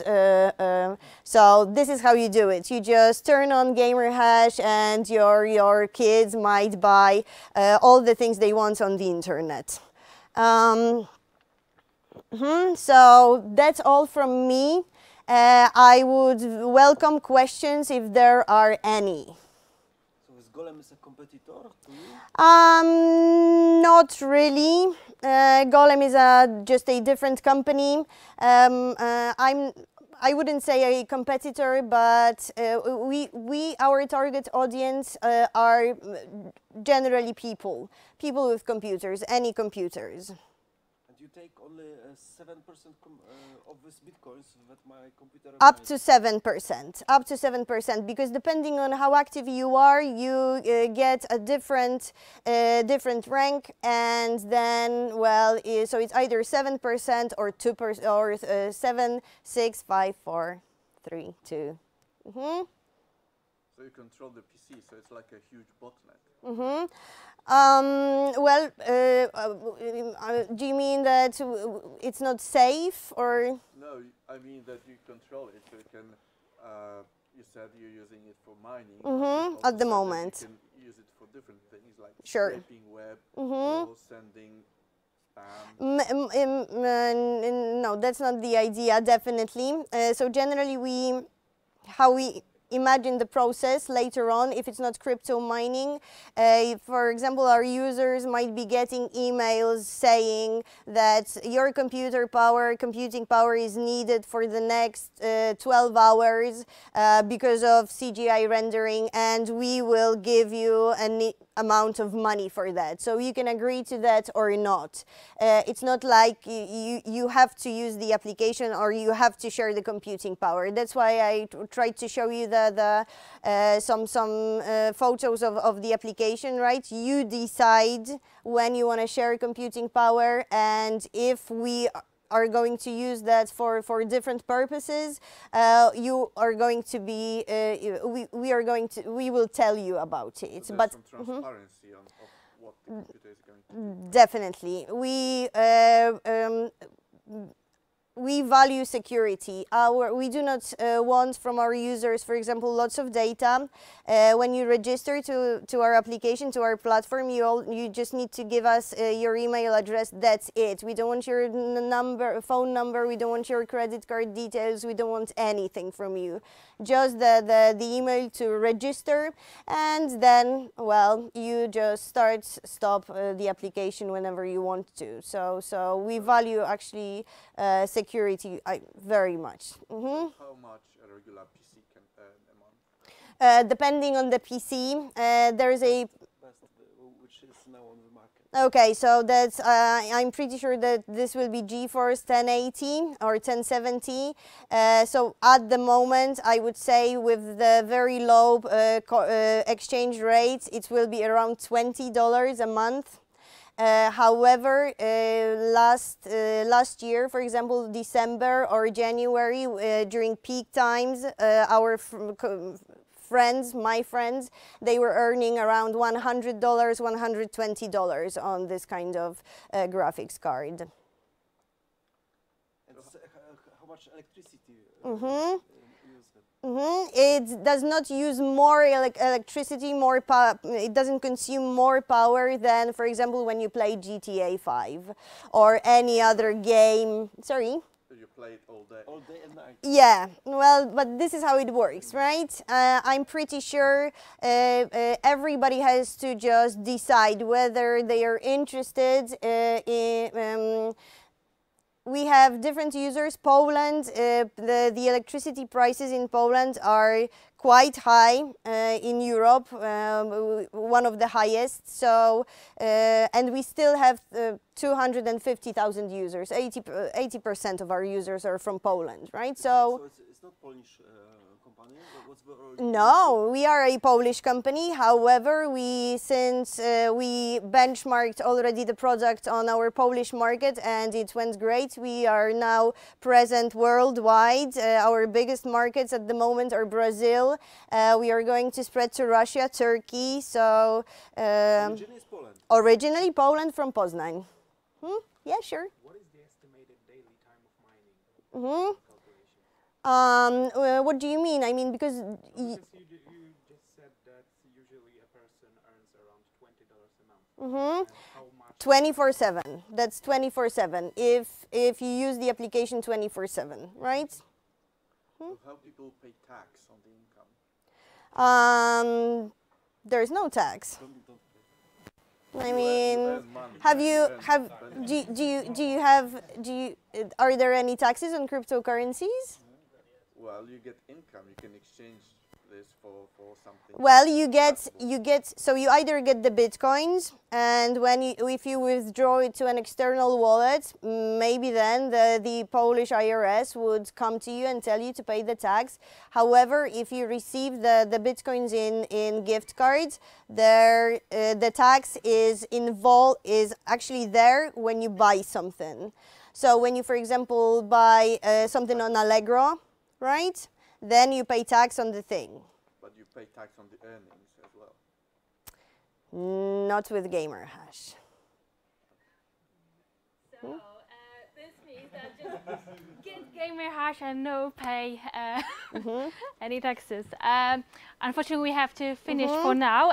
But if we have any more questions, you can ask them at the networking sessions. So for now, yeah, go to Gamer Hash and sign up for your account. Yeah, check us out, please. I mean, exactly. If you like it, you'll stay with us. If you don't like it, you can just... Not yet, but give us a moment. iOS version will be ready, I think, in February. The next one is Linux. Yeah. So for now, thank you very much, and we'll have another guest. Thanks.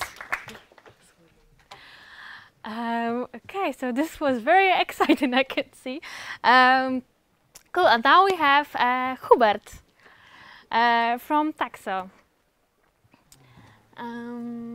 The presentation's getting ready. So, yes. Oh, I don't need the microphone actually. No, but if you don't, we have to speak like louder so everyone can hear you. But yeah, so yeah, let's present. Yeah. Oh, some serious spoilers at the beginning.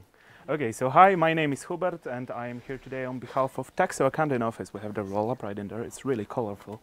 So basically what I'm going to do is I'm going to talk about the technology-first approach to an ICO, because I'm really aware that most of you have heard that name before, but I've talked to like loads of people in my line of work, and basically even though they've heard the name, they aren't really sure what it means exactly. So I'm here to clarify that and some other things. It's gonna be quite informative, at least I hope so. So let's start with one of the hottest topics in the crypto industry right now, which is ICO regulation. I know that's not what you wanted to hear.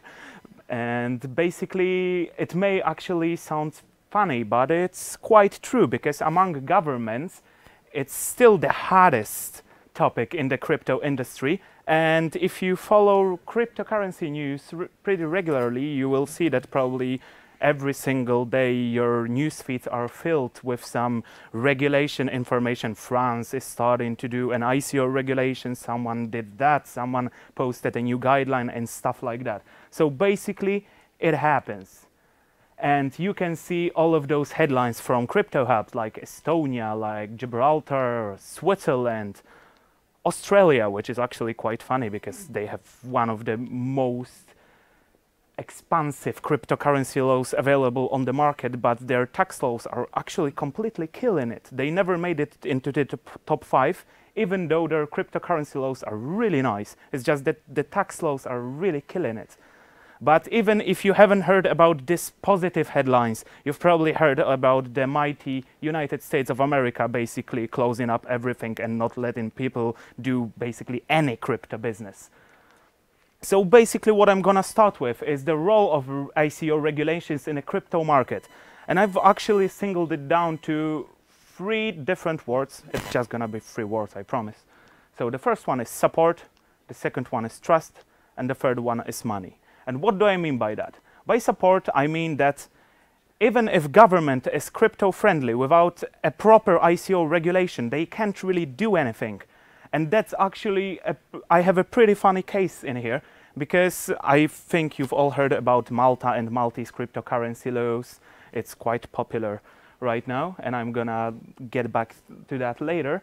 But the actual National Bank of Malta, which is BOV, Bank of Valera, has blocked every single crypto transaction since 2017. They just held the ban, and they are still holding the ban. They're not lifting it, and there are no plans to actually lift it, which is quite funny considering that Malta is easily in the top 3 of the crypto-friendly governments right now. Yes? By blocking cryptocurrency transaction, what do you mean? I mean that you can't really pay out your money to any crypto exchange in or out. They just block it. They can't. So they don't let you do that. Block fiat transaction to crypto exchanges, right? Yes, basically. They block you from investing in cryptos and from receiving money from cryptos. If you have an account there. Then we have the trust, which is basically just like a common concept of trust. So if government decides to start an ICO regulation, if government decides to actually implement it in something, they increase the common trust of people. And that's actually good because basically I think the whole cryptocurrency market is based on trust, so why shouldn't we be not increasing that? And the third one, and the most important one for some of us probably, is definitely money, because ICO regulation, basically this is connected with the concept of trust, and this is connected with what Ula said in her first presentation about the venture capitals. Right now, venture capitals, hedge funds, they're really reluctant of going into business with ICOs, mainly because they don't have any sort of confirmation that their investment will actually pay out someday. And the ICO regulations actually help with that, with help of equity token offerings and stuff like that. So right now we're gonna talk about the technology first approach. I'm really just trying to speak quickly because I think we've all been here for quite some time already. So it's gonna be based on Maltese cryptocurrency laws just because the Maltese adopted it the first. So the differences between the tech first and business first approach, because like the simplest definition of the technology first approach is just that it's just the opposite of the business first one.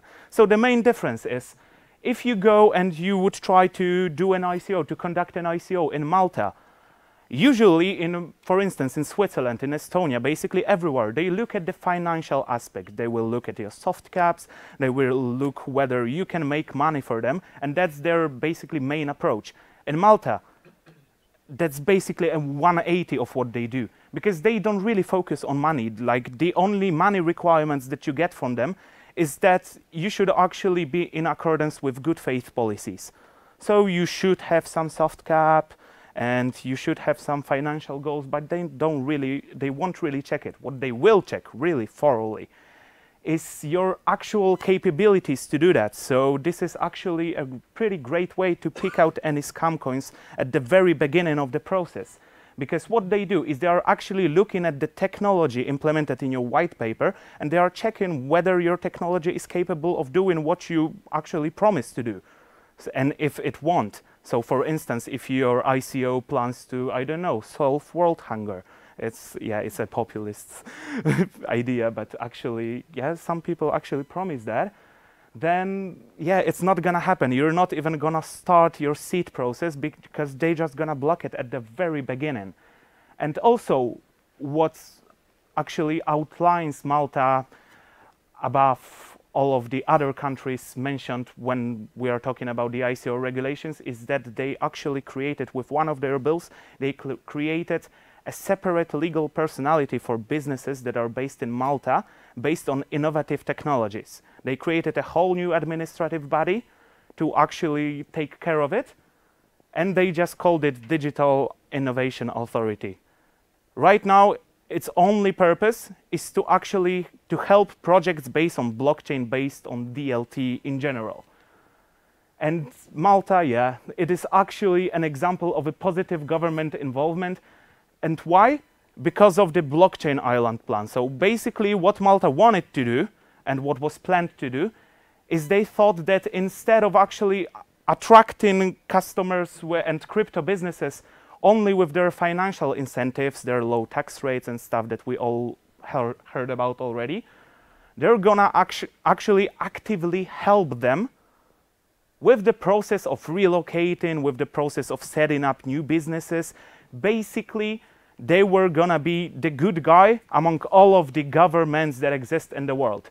And probably you've seen some of the examples, such as Binance that relocated to Malta this year, and it was quite huge. I think everyone knows that. And you've probably heard about the OKX that Maltese government is engaged into directly. But the whole technology first approach, at least for me, I read the legislation all by myself, and I was actually astounded, because usually the legislation for the things that come that are new is usually reactive. So they don't know what to do with it, so they just decide to regulate it for now, and then they will come back to it later. The Maltese legislation was one of the first ones that wasn't like that, because they didn't just they took their time. Instead of just rushing all of those regulations just so people could trade in there, they actually thought they took a step further, and instead of just regulating blockchain, they regulated the whole DLT technology. And for some of you, actually, DLT and blockchain might be synonymous. I don't know if anybody used that as synonyms. Oh, well, that's great then. I mean, you can see the chart right now, so I should ask the question before. But right now, yeah, like the DLT technology is so much bigger than that. It's, yeah, DAG, blockchain, obviously, and all of the hybrids between DAG and blockchain for now. It's gonna expand for sure. And even though we usually refer to the whole business as the blockchain business in general, the DAG companies are really visible in there because probably IOTA, I think everyone has heard of IOTA, and Ryblox, yeah, like it's quite common. What? Yeah, yeah, it's the same thing. So yeah, I would like to end it with some form of information for you, so we'd have like this feeling that yeah, I actually learned something. So I'm gonna actually show you how the Maltese ICO would look like if you wanted to do one.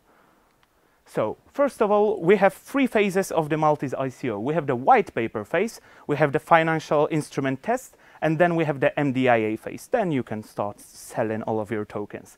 So first of all, the white paper phase. What's really important about this one is that there actually is a confirmed requirement of a white paper, which hasn't happened before. I mean, we all know that all of the ICOs should have white papers, and without them, basically, they won't earn any money.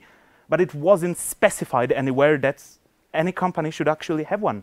You could do an ICO without a white paper, and there would be nobody that would even ridicule you for that.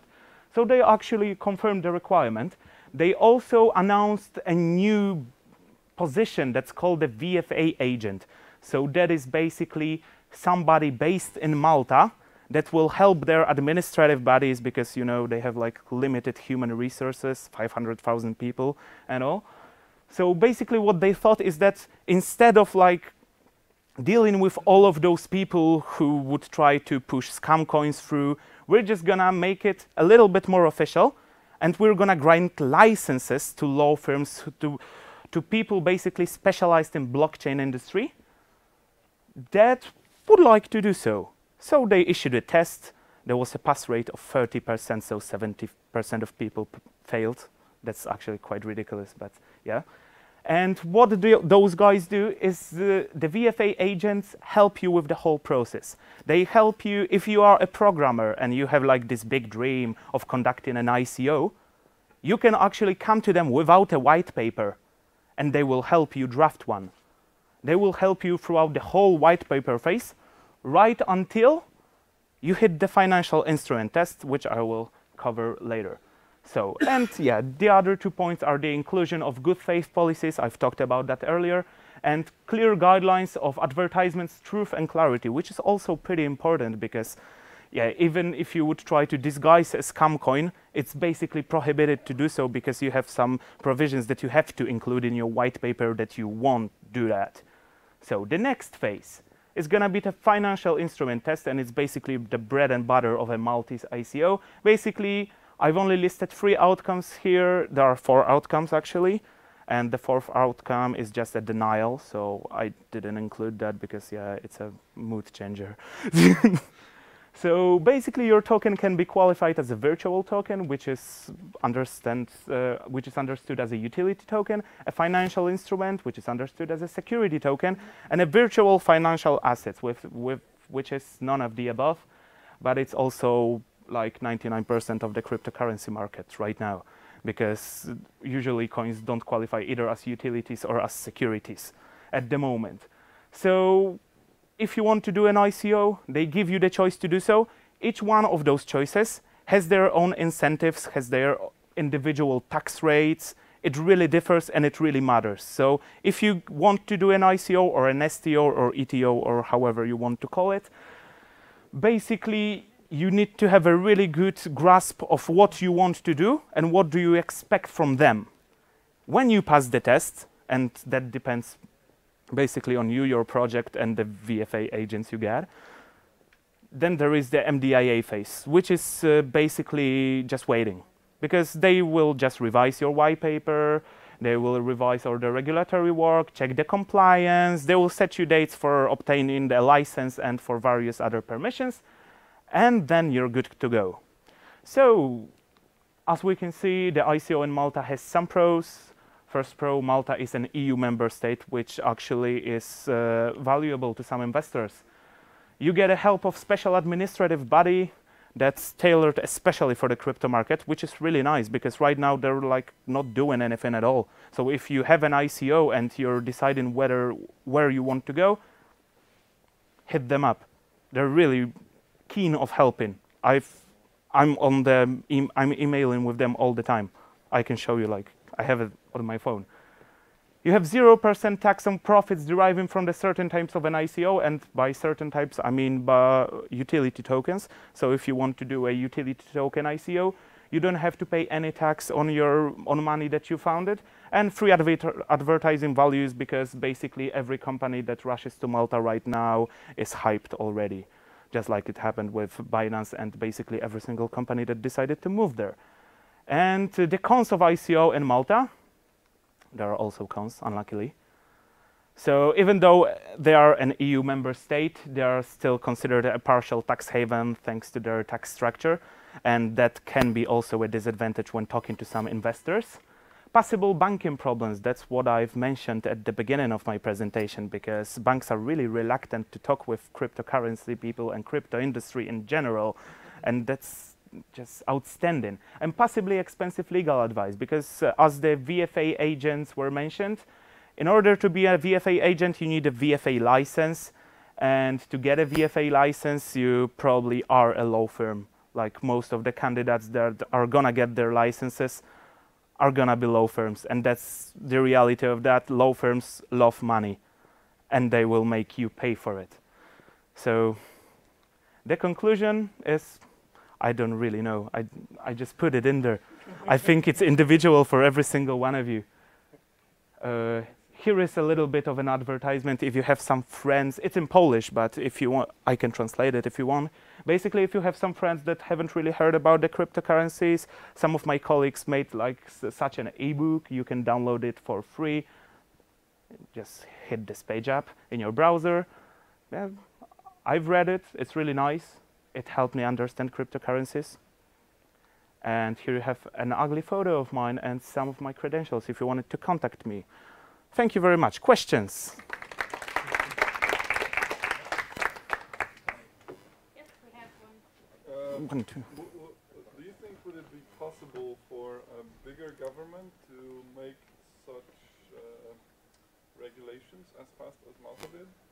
What do you mean as fast as Malta did? Because they seem to be the first, right? They seem to be the first in such kind of regulations that are so, as you said, thorough. By the way, it was a pleasure to see how excited you get by regulations. I've never seen anyone get so excited about regulations. Law student, it's in my blood.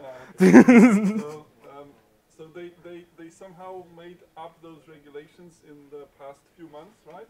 Well, it was more of a year-and-a-half process when it started. Okay. Do you think a bigger government, like or a government of a bigger country like Poland, Germany, I know, Spain, would also be able to? Because I think that a communication process in such small countries like Malta is a lot better than in bigger countries, right? So. Would it be possible also for a bigger country to get to such regulations in? Well, to be honest, I think it would be easier for a bigger country to adopt a legislation like that, mainly because they already have administrative bodies. They wouldn't have to run to some sort of VFA licenses to give away to private companies. They would just they could organize it within their own administrative network. So it would be easier to implement it. Will anyone implement it is another question. Maltese approach relies on the basis that they don't want everyone to come in there. They want just some unique projects. They want to stand out, and they are looking for people that stand out. So if a major country applies those regulations, it may actually not work that good. Malta relies on the fact that it's small, that it's kind of in the middle of nowhere, but it's known for its financial fluency. You know, so if, for instance, Poland tried to implement it, I think it would be such a pain in the ass to actually deal with all of those administrative ladies after a couple of months of going through ICO projects. But answering your questions more thoroughly, actually there are plans for a legislation similar to that, and it was actually proposed by France somewhere around 2 months ago, so you could read about it. Też. How much it goes to make an ICO? How much money I need to do it? Well, it depends on the type of ICO. I would say that the budget you need would be around 40 to 50,000 euro. And you could just like book a flight straight to Malta with a clear mind. Do you have to have your headquarters there, or what? You need to have a registered office, but you can outsource the virtual office. So it's not necessary to have an actual one. Yes. Yeah, you told us about the regulations in Malta, but just so we have something to compare to, can you tell us what it would be like trying to launch a token sale in, say, Poland or another EU country, what the drawbacks are, and why Malta is so much better?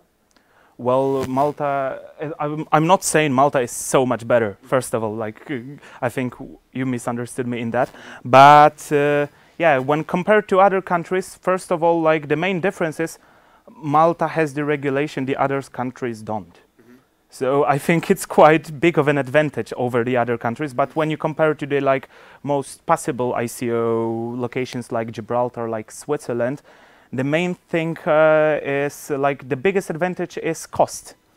Because in comparison to, for instance, Switzerland, like 50,000 euros in Switzerland would be enough for you to start a company, and that's all. And so you can do that in Malta for like 5,000 euro. Instead of 50. So that's the biggest advantage. When it comes to the technicalities of blockchain, there's not really that much of a difference except for the fact that you're actually being taken care of. Any other question? No? I think we can get them at the networking session. Oh, okay. Because I know you are thirsty, and we have one more session presentation to go. So let's give applause to Hubert. And now we have a trainers group. Is this one? Yes, it's working. Yeah. Your mics are already working, so yes. Just one. Not working. Not working. Maybe this one. Not working as well. Happens. It was working seconds ago, so it will be working.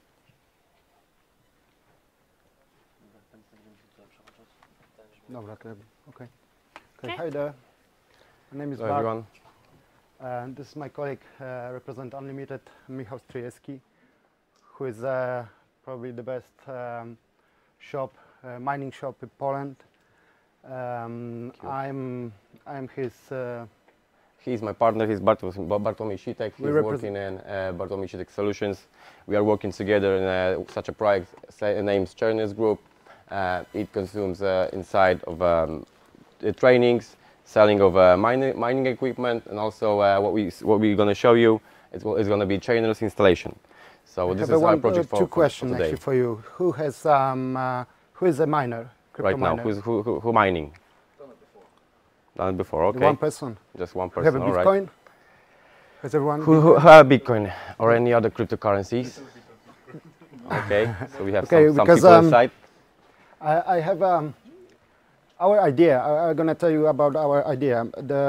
It was created by the market. It was created by the market. It was created by the history. I mean, it was created by the 2018. Why? Because in 2018, I cannot switch. I can do it. Manually. Okay. Yeah. There's two problems actually, which were created in this year. It was falls in the crypto market from January. It's a fact, right? till 2018 till now, but there is another thing what we need to say about the cryptocurrencies, because like we know now, what we saw before the Black Friday for the cryptocurrencies, yeah. But what we saw before, the Bitcoin, the Ethereum, the Litecoin, all the cryptocurrencies been cost about $10 for Ethereum, $10 for Litecoin, $1,000 for Bitcoin in 2017. So 1 year before. Now we are crying, but it's just 1 year difference. 6 years it was growing up all the time. Right now it's a little bit down. We don't need to bother about it, I think. Yeah. So this is the most of the important thing of this news from today. Just be careful. Be holders, yeah, be holders. And the other, sorry, no, yeah, the other thing is announcement of increases in electricity prices in 2019. Actually, in 2019, electricity will be cost like 70% more than now, and this is a fact. So if you have if you are a miner, you have a problem actually. What's the problem? The problem is, because your profitability is going to be going down all the time, because the price is going to be grow still up to 2030. So we have right now 11 years for growing prices. So we need to make it stable. So the best way to make it stable is green energy. Yeah. So we need to produce it by ourselves. That's the problem. That's the thing. Energy will be more and more expensive year by year. Crypto mining will be less and less profitable in Poland. Two facts, right? Yeah, and the other thing, and what I said before, the large swings at crypto prices increase the risk of investing in them. So the big investor also will be running out from the Poland. Yeah, if there will be, the cost will be still going up. So like we are also mining, right now, and I have about 16 miners inside of facility. We need to stop it, because the price of one mined Bitcoin in Poland is about $6,900. So right now, what we have price is 4,600, I think. So it was profitable, I think, 1 month ago, something like that. So we just stopped it for now, and we plan to move it to somewhere else, some other country in the EU, or just find other things like green energy. That's what we would like to introduce, the chainless installation system, and the green energy. What we would like to get and produce, and we would like to we would like to use it for ourselves. We're not going to sell it to operator like we're supposed to use it in normal installation without miners. We need to sell it straight to the operators for the lowest price as it is on the market right now. Yeah. So that's the problem. But if you use all the electricity what we produce, yeah, and we're going to get profit out of actually any taxes, because we're going to get cryptocurrency. So this is very clean profit. And the other thing is the heating. The heating is clean, free heating. So the miner is working as a recuperator. So it takes fresh air and get out of warm air. So it just this is like a side product of this installation. So we get all the heating for free. As you can see on the picture below, on the picture next to me, sorry, there is a mining tanks. This is an ISIC tanks, this one actually, and you can put inside this tank a miner inside of it. So on that tank there is a transformer oil, and it can give the heating inside to the boiler and inside to the heat air. Sorry. So this is just for free. So we reduce all the costs up to even 0 from the heating, and we reduce the electricity costs up to 50% from the solar panels, and also we got like 70% clean profit from the cryptocurrency. Another thing is, so actually, is that the easiest way to implement the blockchain implementation in Poland? Yes. So there is plenty of I think there's a big target in Poland if we have plenty of farmers, what they use much of energy and clean energy, and they need to heat or warm any kind of I don't know, sheeps, cows, chickens, and something like that. So they need to use plenty of energy, thermal energy, to make it warm. So this is just for them. I think this is the best for them, but not only for them, of course. This is also for householders, and we also have done this project, and it's working already in 3 houses. Yeah. So you can take also this. Okay, this is how we do this. The photovoltaics protect the cost for electricity. It will be stable. The heating cost will be reduced. That's right. And the third one is cryptocurrencies will So be that's what I said actually before. Yeah. So everything is actually the three products are in one system. And like I said, there is a working already system, and one tank can take 1.2 kilowatts of energy, of electricity, and give back 0.8 kilowatts of thermal energy. So I think it's perfect. It's beautiful if we have something like that for free. And actually, the thing is because the contact with us is all the time from the websites. This is our first English presentation, so sorry about us, because we are actually not the presentators. We are the practicers. We are doing it. So we just need to sell our project also, and that's why we're here. And we are of course very honest. We have big honest to be here and appreciate. Thank you very much.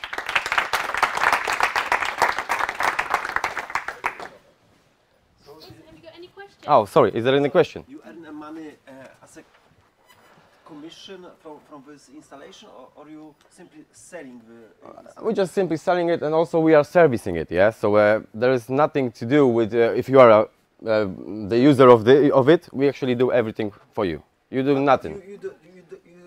It's not that you give me for free this installation. No. You take, actually, the installation is very low cost. The installation of that miner, actually, we are making an individual project. For example, you're going to give me the invoice of your electricity, the invoice of your thermal energy, a little bit information about your house or company, and after that I will give you all the calculations. But like I said, it's like something like 50% from electricity we're going to cut off. For example, if you would like to take 3 or 4 miners inside your house, you need to spend about 30,000 PLN. But you're going to get back, I think, up to 3 years. Find better investment on the market. There isn't. So what happens at night? That's the thing, because very good question. Normal thing is that there is a 70% reducing cost from electricity, but we got a nights. That's why there is a 50% only, because sometimes we need to use the electricity and buy it from the operator. We cannot just take the energy from the sun and hide it for later. No, we need to sell it straight away or use it straight away. And after that, we need to buy it from the operator, but also with the lower costs. So is this running at night as well? Yes, of course. But the costs are a little bit higher. But like you said, in the whole year, there is a 50% less that you paid before. So what do you do with the heat in summer?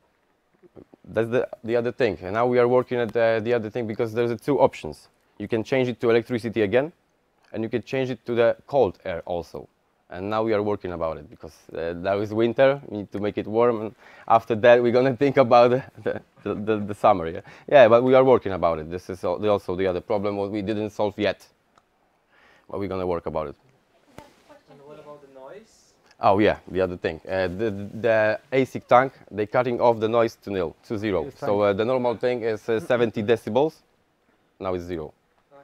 And the dust and all the dirt, they just disappeared. So also your miner will work longer. Yeah. Okay, and there is a question, Hubert. Yes.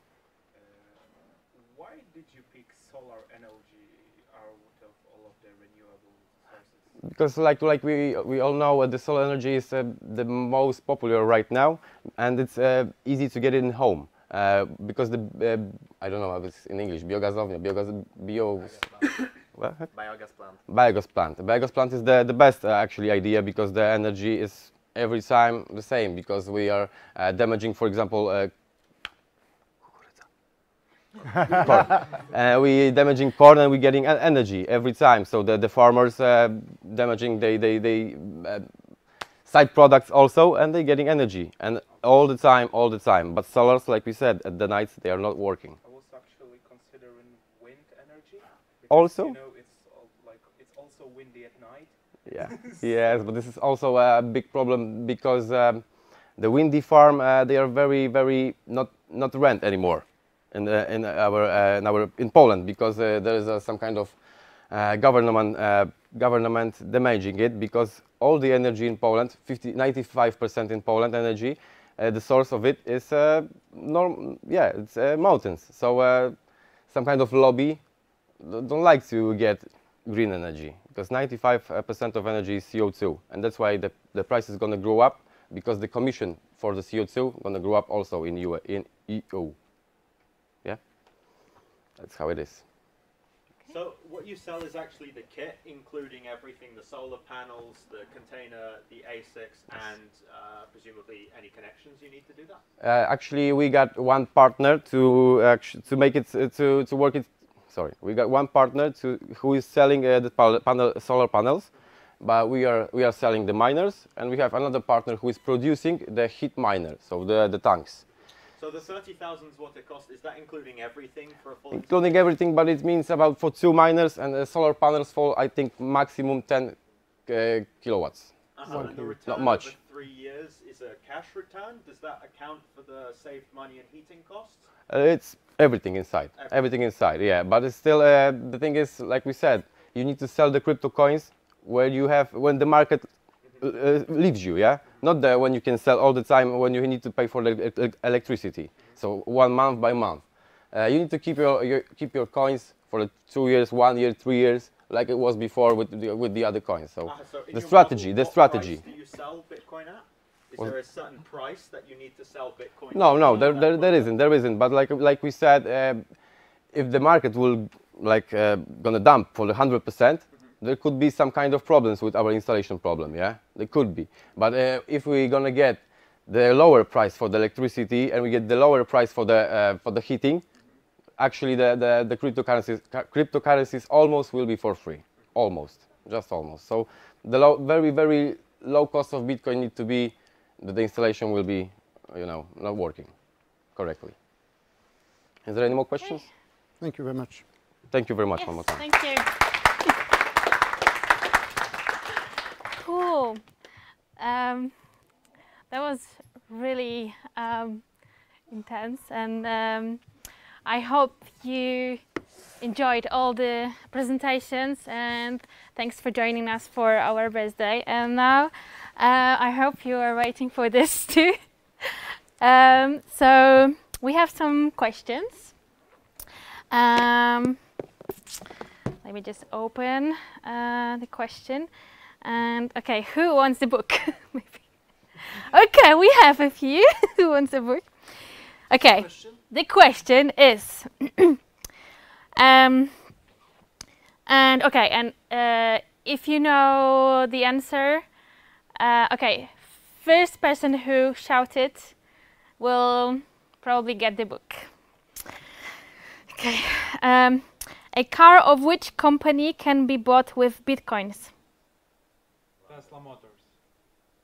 Lamborghini? Yeah, you said first. Yeah, that's the one. Congratulations. Oh, you've got the book. Okay, so you are second, so you will get the book. There you go. I read the borrowed one, so now I will have mine. Okay, then congratulations. Okay. Was that easy? Well, I think it was a difficult question if only 2 people knew that. Okay, and it's not Tesla, sorry. Okay, second question. You want easy or more difficult? Okay. Okay.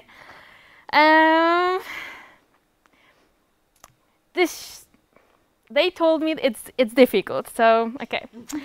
I don't know, but okay, and you need to give me 2 answers here. So, in what country was the Bitcoin first legalized as a normal paying options, and when?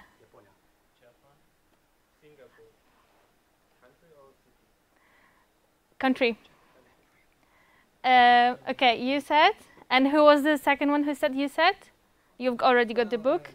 Who also said so? You said, right? No? Could you repeat the question, please? Yes. In what country was the Bitcoin first legalized as a normal paying options, and when? Japan, April. Japan, yes. And in what? 2014. Yes. 17. But yes. Yes, that's it. correct answer. So there you go. This is a book for you. But I really want this book, so I'm really happy. Cool. Congratulations. Okay. Thanks. Cool. So now we also have. I hope these were like difficult questions, right? Because like only few people like knew that. Okay. So now we have also the magazines for those of you who ask questions during our presentations. So just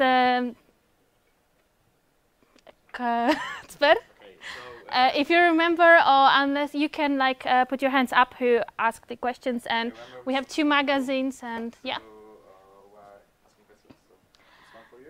Yeah, and I'd like to thanks to our sponsors, Gamer Hash. Of course, we have like cute cupcakes waiting for you. We also have Coca-Cola from our other supporters, Coca-Cola. We also want to thanks to Sprawny Marketing and I Love Crypto, who's doing the sessions online for us, and we also have speakers today. Yeah. Who else? Well, we really like. I really appreciate that you're coming and supporting us, because it's really important for us that we have people to who's coming and who listen to us, and we have people who wants to attend networking sessions like this. So thanks very much. And we have also, we will have a few, I don't know, we have like half an hour here. We can hang out, have a cake, drink something, and then we are going to Napivek Pub. Yeah, if you want to join us for some more networking, we'll be there, Napivek Pub. Stary Rynek? Wodna. Wodna. Yeah. It's not far away. It's not far away, yeah. 2 minutes. 2 minutes, so yeah. Or less. Yeah, or less. Yeah. Okay, so thanks very much, and we'll see you next year. Our next event is in January. We won't have any events in December, so probably we should say like Merry Christmas, Happy New Year from Hive. I know it's early, but still. What is it about? January. We have 2 topics, to be honest, and we'll. Can we reveal them? I remember one. Do you remember the second one? What we are thinking about? That's the one, fashion and marketing, and the second was. We haven't decided yet, so we want to tell you about. But I think you will know it in 2 weeks. Yeah. Yeah. Just visit our Facebook page. Yeah. Cool. Yeah, so thanks very much again, and enjoy.